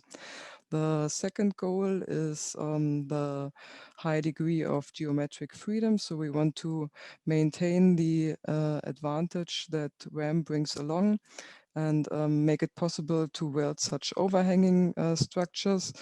For that, we investigate welding parameters with a low energy input, and also a WAAM process that has a lower energy input than conventional gas metal arc welding. And the third aim is predictable material quality. Here the background is that with different energy inputs in the welding process, that leads to different temperature profiles in the WAAM parts, and that may affect the mechanical properties. And the aim here is to know which welding parameters and which energy input leads to which mechanical properties. So we can predict the properties. And the last aim is the definable surface topography. If we think back to this steel node, we want a smooth and even surface to have as less notches as possible to avoid stress concentration and to avoid post fabrication.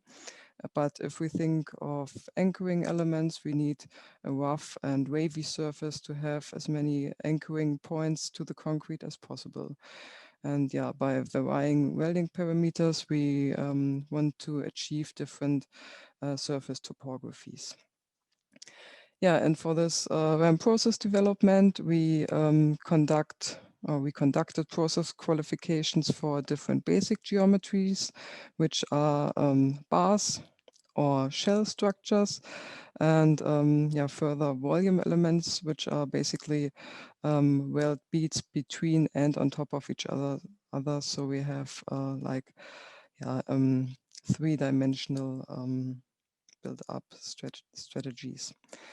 And keeping these aims in mind, we can increase the complexity of the parts to be manufactured. Here we can test such features like undercuts and overhanging structures. And in the end, we will be capable of welding or manufacturing such a complex individualized steel node. Now I want to close my talk, and I'd like to thank you for your attention, and I'm looking forward to questions. Yes, thank you very much also for this nice presentation, Johanna. And we move on with David Briels. He is research assistant at the Chair of Building Technology and Climate Responsive Design at TU Munich. And he will present the ongoing research on the integration of climate active functions in additively manufactured building elements. Yeah, thank you, Harald, for this introduction. Good evening, everyone. Hello, everyone. My name is David Briels from the Chair of Building Technology and Climate Responsive Design at TUM. And together with Professor Thomas Auer, I'm doing my research on how to integrate passive and active functions in additively manufactured construction elements. But first of all, I want to take one step back and share a few thoughts on the overall topic itself. So when we look back at the last decades, there were at least 3 epochal shifts of industrial production, bringing new economic paradigms. First of all, there was the steam engine in the 19th century, then the centralized electricity in the 20th, and internet and digitalization in the 21st century. And then, and still ongoing, there is automation, IoT, and last but not least, additive manufacturing. But when we now look into our field, the additive manufacturing in construction, we should broadly speaking, we could ask ourselves, are we just changing the way we fabricate stuff from traditionally pouring concrete to maybe concrete extrusion or paste intrusion, etc.? And of course, as we also heard from my colleagues, we do have geometric freedoms with that, and we do have other advantages. But let me overstate a bit. Is this already an epochal shift, or is something missing there in this picture? And I do believe that there is something missing, because to really catalyze this development of AM and the application to the large scale, and to fully exploit the full potential of AM, I think we need to rethink and innovate the way we design and engineer building components by directly integrating active and passive functions in additively manufactured construction elements. But to begin with, I want to show you a few thoughts on how we do this. To begin with, of course, you can adapt geometry and material properties to fulfill passive functions such as insulation, acoustics, or hygroscopicity. And here's one example where colleagues of mine at the TUM started to extrude lightweight concrete with low thermal conductivity. But then to further optimize the thermal behavior, we started to encapsulate air within internal cellular structures, as you can see here on the left side, with 4 design variations. And to fully enable the potential of the low thermal conductivity of air and to avoid convection, we integrated heat flux simulations in a parametric design process. And we could see that we could improve the U value by more than 60%. And here you can see one of the printed prototypes where we now are doing more measurements and model validation of our simulation models. But to bring this idea even to the next level, we need to talk about integrating also active functions such as heating, cooling, and ventilation. To give you an idea how we want to do this, I want to share with you the project of designing a monomaterial, multi-layered, and multifunctional facade element. On the top left, you can see a conceptual section. And as shown previously, we also do have 2 layers of internal cellular structure, one optimized for insulating properties and one optimized for load-bearing properties. But then in addition to that, we do have 3 layers of directly integrated channels, allowing air and liquid to flow through the element and enabling active functions. To give you a better understanding of the functionality itself, I have here some potential load cases. So first of all, we can use the outer shell of the facade element as a kind of solar absorber to harvest solar thermal energy and distribute heat to the inner surface when it's needed, or to store the heat within the wall element itself.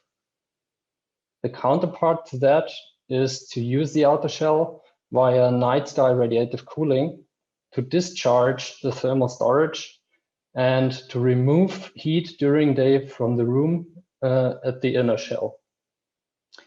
And last but not least, we can use that to preheat or pre-cool supply air through a network of air channels. So how we are going to do this, or how we are doing this? Our research is basically driven by simulation-based parametric design processes. And basically, or mostly, we are based here in a rhino grasshopper environment using additional simulation software such as Therm or Transys. And of course, we're manufacturing prototypes for measurements and model validation. And by this, this is how we are contributing to advance the IAC by additive manufacturing and construction. And we're convinced that this is, or we all are, part of the fourth industrial revolution. So if you have any questions or you're curious, please feel free to write in the chat or get in touch. Thank you. Thank you very much, David. This is nice to see the potential of additional functions in 3D concrete printing. And we immediately step forward with our last research insight presentation by Joshua Gosslar. And he will present the additively rammed earth technology. He is research assistant at the ITE, sorry. Yeah, thank you, Harald. Hello, everyone. As Harald said before, my name is Joshua Gosslar.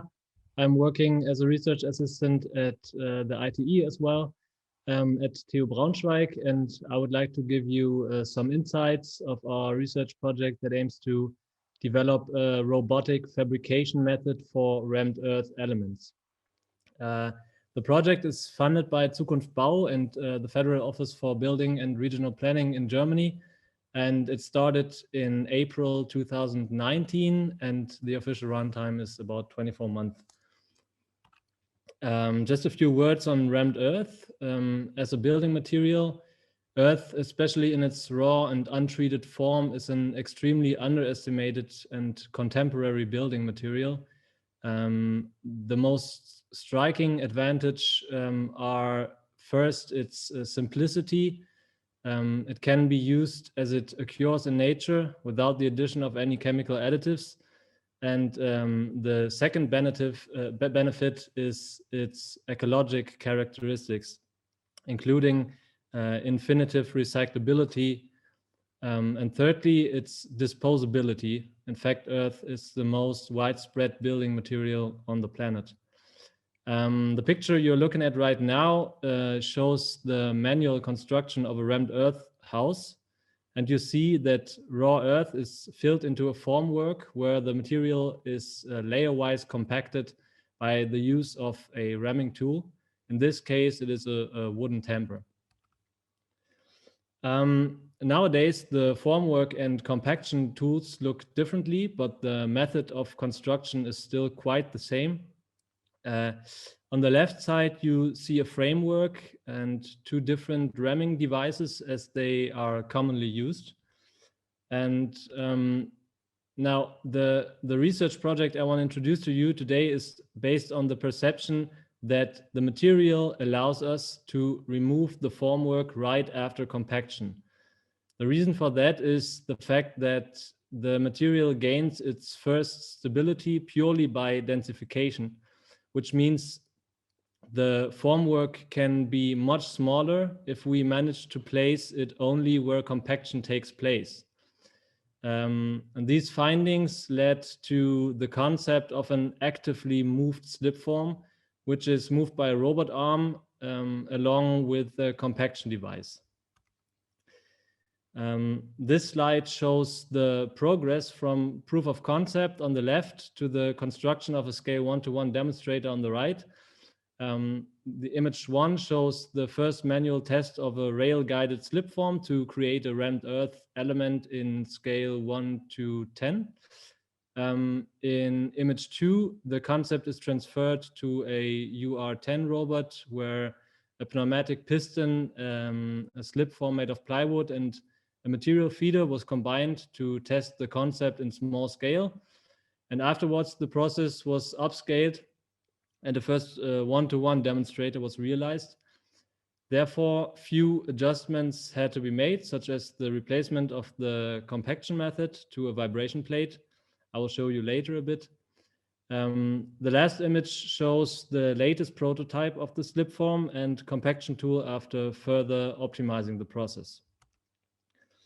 In the next slide, I will show you some pictures of the manufacturing process of the first 1-to-1 demonstrator, which verified the feasibility of the process in scale 1-to-1 and showed its benefits, but also its weaknesses, of course.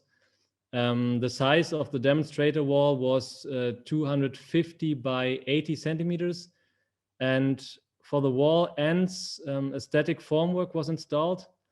In the following steps, the tools were further developed and optimized. And as an example, I would like to show you a small animation of the process on the next slide, as it was planned during work package 4, where we try to avoid any static formwork at the elements' faces. Here also material feeding is taken into account, carried out by a second CNC portal. The compaction tool with integrated pneumatic rammers for surface compaction is placed on top of the element and is guided by the active slip form. And at the end of each layer, a separate formwork for the front sides is moved to the height of the compaction of the layer that was compacted. And like this, the element is constructed layer-wise, while feeding and compaction is carried out in an alternating manner by the CNC portal and the robot arm. This is how the planning of work package 4 was realized. The image on the left shows the active slip form that guides the compaction tool that you see on the right. And the tool consists of 2 pneumatic tampers fixed to a vibration plate that is responsible for the main compaction of the material. The tampers additionally compact the element's surfaces. As you saw already in the animation before, material feeding is carried out layer-wise by a second portal. And after one layer of material is put in place, the layer is compacted. And the steps of compacting and feeding are repeated in an alternating way again. The comparatively small layer height of 2.5 centimeters allows a lightweight formwork by reducing the occurring pressure on the formwork during compaction. Now, introducing digital fabrication techniques to the fabrication of rammed earth has an enormous potential, and it can lead to an increased compatibility of the material, not only for its economic advantages. The main point is the possibility of synchronizing the process parameters like compactive effort, layer height, and so on. And by doing so, we can at first increase the consistency of material properties, and consequently, in a second step, we will increase the confidence in the material. That is our vision. That is already the end of my presentation. I would like to thank you for listening, and if you have any further questions, I'm happy to discuss them here or in the Q&A later. Yeah, thank you. Yes, thank you very much, Joshua, also for this very nice presentation. And because of the time and Fabian has to leave in a few minutes, I would take the chance just to give 2 or 3 questions to him and then open for a short time also our discussion round. So Fabian, are you still here?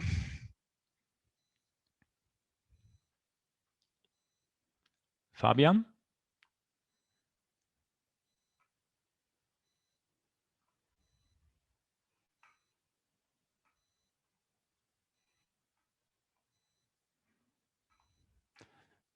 Fabian, can you hear me?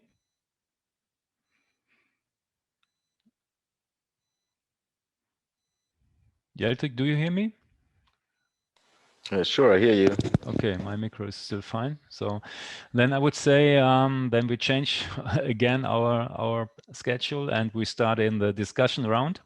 There are yet no questions to the inside presentations. So if you have some questions, please put them in the chat.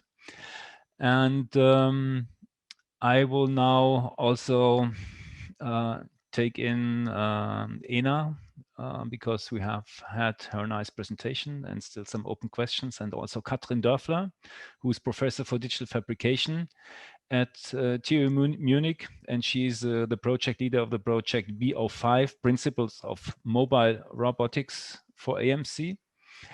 And also we have Inka Dressler here. Yes, I can see her now. She is Chief Engineer and Research Associate at the Division of Building Materials at the IBMB of TUBS in Dirk Lokes lab. And also we will have Thomas Auer. I think he should be also here. Yes, very fine. Who is professor at TU Munich and holds the chair of Building Technology and Climate Responsive Design. He's also partner of the Trans Solar Engineer Design. Fabian, I see you now. Are you still open for 2 questions? I can not hear you. Sorry, I need to. Now you should be able to hear me better. Yeah, okay. So then we go on with more questions to you. Fabian, just a quick question. Can you get about the main difference of, let's say, a construction site with this 3D printing equipment and to a normal construction site with your formwork for normal concrete walls? Well, obviously, it's quite a bit different. Again, as I stated in my presentation, it actually has impact on the overall construction side and obviously also on the people involved. We actually feel. I mean, we talked maybe about labor shortage and such. We actually feel that with such a new technology, we also have the potential of making working on a construction site more attractive to young people as well. To work on construction sites again. Maybe not. It's not quite as hard labor, and it's work with a laptop with a big construction printer. That's definitely a whole lot more fun. But we see really a lot of impact comes in the planning phase already. That's actually where we feel the largest impact is. Once that is done, and you can communicate to everybody involved, then again a lot of things still happen. Let's say conventionally. Mm-hmm. And the data, how you put in the data in your machinery? So all the interfaces between planning and fabrication? So in our case, we basically build up on the last decades of conventional 3D printing, if you will. So we use a 3D model and as a step file, we load that into a slicer, which automatically generates the machine code, and then that's that. So the programming of the machinery basically couldn't be more simple. Obviously, the model has to be of a good quality for that. Mm-hmm. Okay, and the people you need, they have different skills, of course, huh? Yeah, I mean, nobody that works in our team with the printer obviously has learned 3D construction printing. They come from all the various backgrounds, be it mechanical engineering, construction engineering, design, and they all have to be trained on the job at the intersection of mechanical engineering, electrical engineering, design, and material science.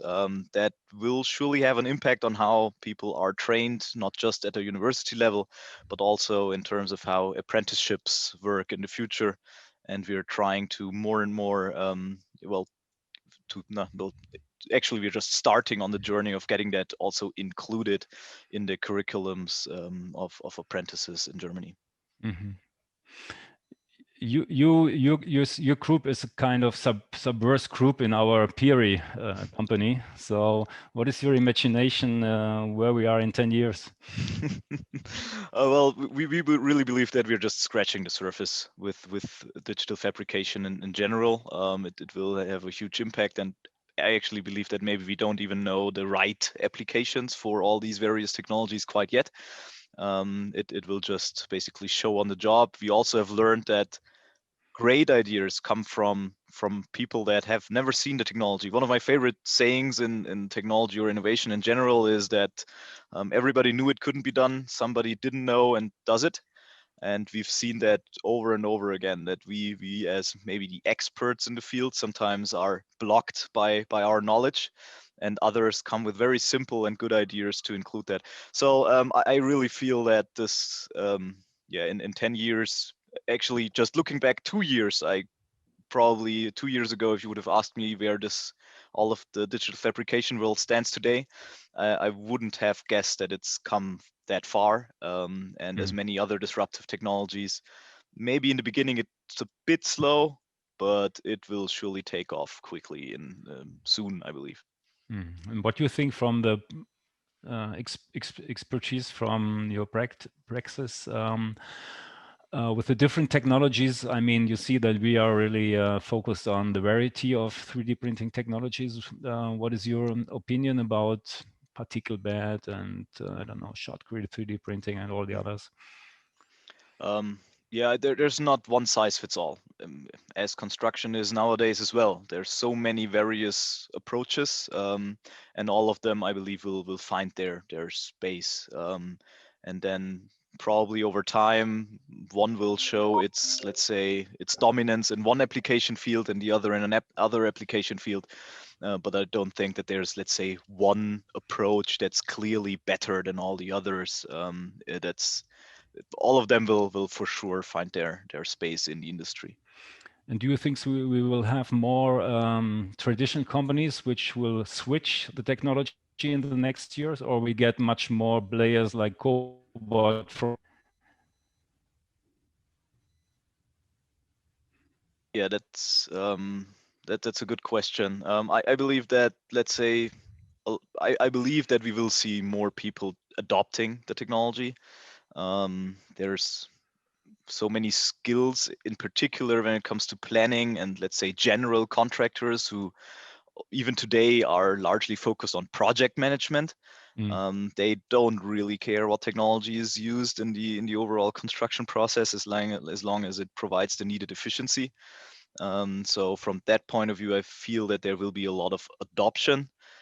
Yes, some will surely pop up that haven't been there before, but I at least personally think that it's not going to be quite as disruptive as in the construction industry in terms of getting rid of whole sectors or whole companies as maybe in other digital spheres.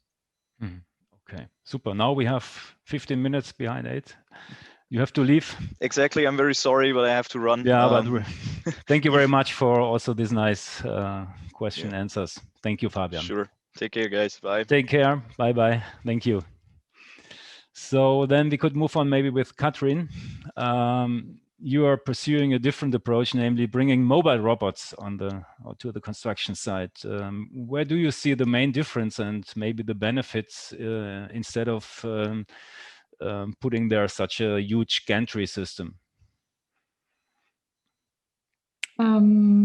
Yeah, well, this is a bit of an abrupt like change from the sorry, the topic. I just I was still thinking with the answers of Fabian. I think you could also give an impression or on maybe on Fabian's last comments if yeah, maybe make a bit of a transition. No, I think why this type of symposia is so important and where we actually bring industry and academia together is that and actually I think that's why the discussions are also so important. I think a few important points have already been raised, such as how can industry inform research and how can research inform industry, but really in a very exchange and collaborative way to make our field and architecture, engineering, construction better and more sustainable. I mean, I'm just dropping the keywords that all surround us all the time, like climate crisis, global warming, labor shortage, housing need. And I think instead of getting so into the technological details, this type of symposia allows us to also pose these fundamental questions. So I think that's why that's why I was still thinking in this how important it is to to be very honest about all of these questions and also to ask ourselves, and also I think industry is also challenged in that, but academia as well, if we ask the right questions. This was something that is kind of driving me all the time. Are we maybe Fabian just really quickly stated, maybe we are sometimes in research too much into the very detailed technological questions. However, when I see Ena's work, a deep understanding of material and a very deep engagement with this material behavior over years and years and years, creating an expertise and creating this knowledge, very deep scientific knowledge, also leads to very fundamental changes, and very fundamental new innovative approaches. So I would really like to know Ena's standpoint, on this. How do you see? So I think I would pick up on the word "not one fits all." which Fabian said, and I'm a true believer of that. And that's also why I try to look at different approaches with the kind of same background idea. What is it we need to do? We need to reduce material. That's kind of the topic of everything we do. And this we need to do in some kind of an efficient way that also to some extent complies with the norm, because we know construction industry is super slow in changing, and there are several reasons for that. The silo division between different stakeholders and so on.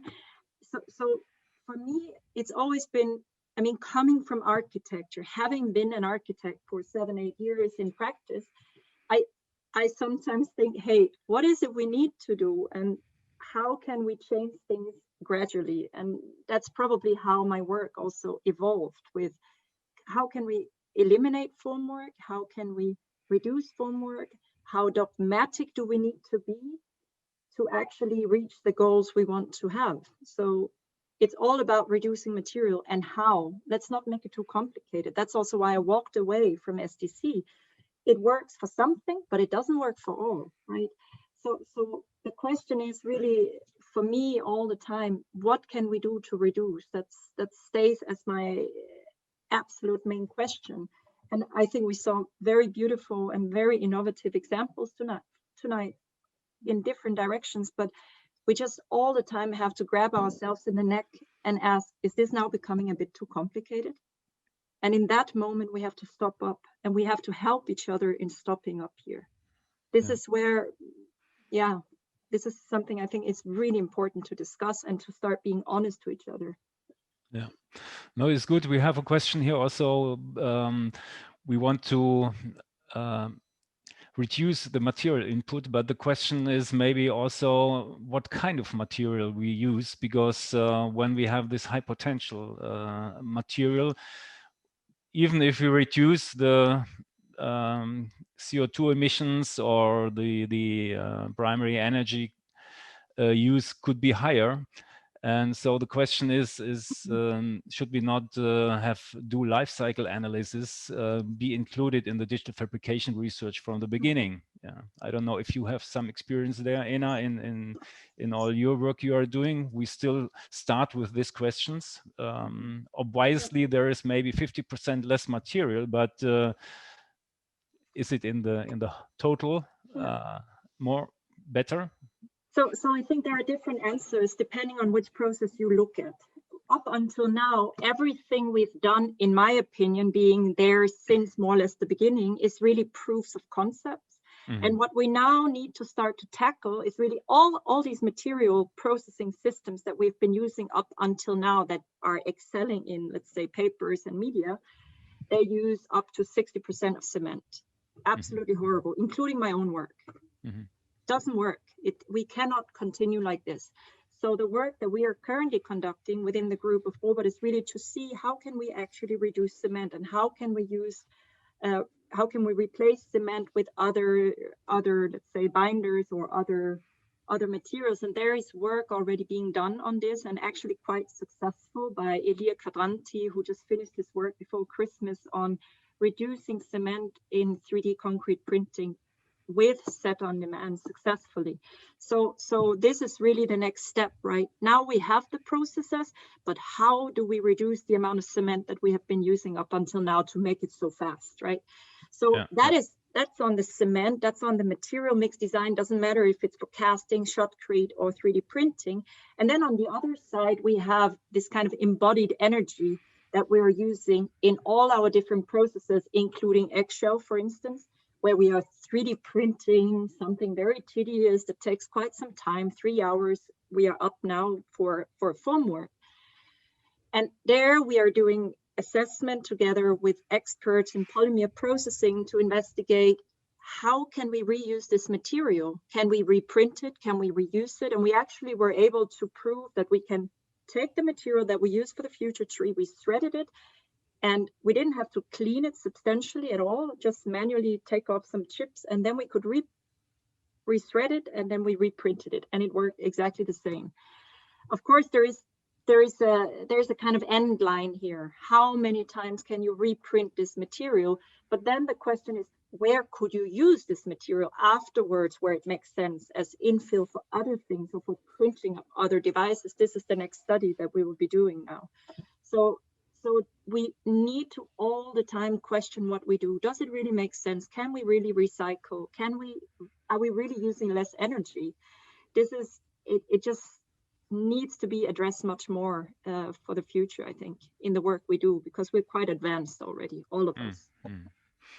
Yeah, this is true, but I think also, Inka, you could maybe also give a short insight from your perspective. And if we have structural elements, then also reinforcement is an important topic. And what we saw in the one presentation of A04, that we now able, if we see the processes combined, to really to reduce also the reinforcement. And so the interaction of concrete and reinforcement is very important. How are your experience with the different technologies at your institute with this interaction? Okay, if it's okay, I would give a short addition to what Ena said. I think you're totally right with recycling material and reducing the amount of cement. Some aspects we also have to think about is how durable materials are. So especially the way they are produced, if we have some certain interlayers, how does this work in terms of the overall lifetime of the single component. So that's an aspect I think we should add if we are talking about life cycle analysis. And then you mentioned, Harald, a second point, which is totally important, that's reinforcement. So this shotcrete 3D printing, extrusion, and also particle bed 3D printing won't work without using reinforcement in the future, especially not if we are focusing to use it somehow for structural relevant components.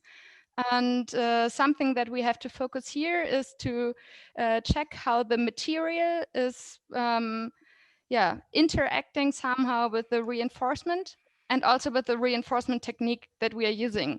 So my colleague, Niklas, Freund, and Robin Dörrie, who talked about the shotcrete and the reinforcement process today, they mentioned it already, that it is not possible to only look into one reinforcement technique. You always have to look this in combination with the process, otherwise it's not possible to become successful there. And for the future, to make this somehow relevant for practical applications, I also think that we have to get into the standardization. So without any standards, we will always have a lot of work, as Fabian mentioned today, for getting a national technical approval and permits. What do you think, what time this will need? To get a real the regulations, yeah. Oh, I think 5 years or 10 years or 2 years? Something between 5 and 10, depends on the acceleration that it takes. Yeah. So there are a lot of people working right now on modeling the behavior between reinforcement and the material, and these models need to get standardized in the future, and then we can talk about standards for practical applications. Okay. I'd like to ask another question here and maybe address them first to Thomas. Thomas, you are experienced in the planning routines with high sophisticated architectures. So, and we also promote at the very beginning, architects, engineers have to sit together and develop the design idea. And now we hear from Fabian, okay, if you decide for 3D printing, you have to do this decision much earlier than we used to. So besides all the discussions about tender documents and so on, could you imagine that this could be happen, or how could this be happen? So then we have to, our whole cooperation, maybe we have to switch. So the interaction between architects and engineers is mostly driven by being free of restrictions. You know, could you imagine that this will, influence the quality of architecture design? I don't think that it, let's say, influences necessarily the quality. It gives new opportunities, I would say. And some architects know how to use it and others don't. Like there are good and bad architects, no matter what kind of processes or what kind of materials you use. But the question is certainly totally right. You're asking, but it's not only, let's say, 3D printing or digital manufacturing. I think it's the whole digitalization. Also BIM, which is requiring that we rethink traditional processes of how we design and construct buildings. I think this is something absolutely essential that has to happen. And it's going to happen. Inevitably, there's no way around it. The question is how strong the forces are and to what extent we lose also certain qualities. I think we have to be also careful in this process. But we have a lot of still now high sophisticated tools, but I mean also cost-wise it makes sense and not economic to take them into small projects. So mostly you have really projects which are extremely expensive, so that you could take in all the specialists. How is this with the research we are doing, all this functional integrated stuff, when you see this single family house? So how you get this implemented in such processes?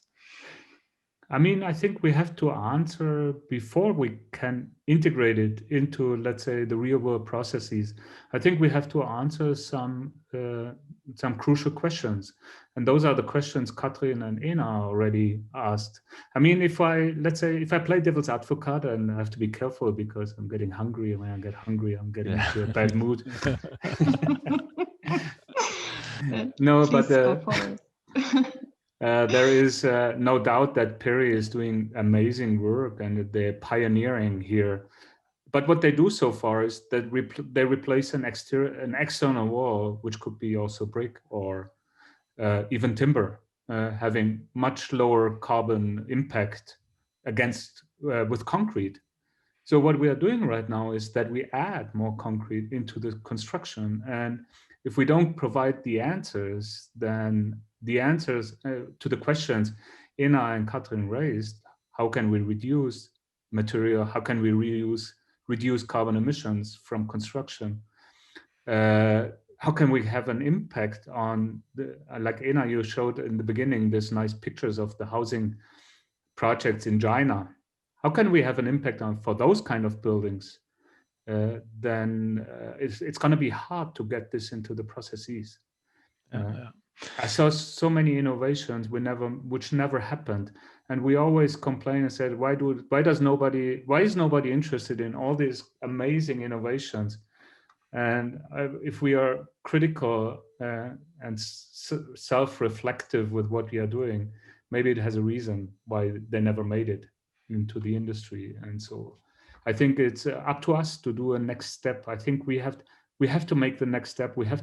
That's our responsibility from academia, to come up with a vision how this digital fabrication and 3D printing can really make a difference. Thank you for posing this again, or with more strength, because what became really clear, or what becomes more and more clear to me, that is that technology is not the bottleneck, right? If we ask these impact questions very honestly and very fundamentally. So, and I think this is also something as what we have to really look into the mirror and ask this, because if the next cool paper, as it was stated before, it's just going to give you more citations, but we're still kind of self-caught in the system in this sense, right? Because this also tackles upon this being unique, being the first, being the most, cutting edge, and all of these questions which are subject to research in general, but will maybe not help us in this impact question and tackling these pressing topics that are knocking every hour on our door. So I think that's okay, I would say we are really late tonight, and I would now think also everybody is hungry, and like to thank you all very much for this nice event and this nice discussion around also at the end, a little bit short, but I think it's fine. And yeah, thank you all. And I will close here. And also thanks all the organization, Yeltric and all the team. Yeah, and the next, look to our webpage of Advanced AEC when we have the next research insights. And okay, thank you very much. Thank you for organizing. It was really nice. Yeah, thank you. Thanks a lot. Thank you. Good night to everybody. Good night. Good night. Bye-bye. Bye. Bye-bye. Bye, Kathrin.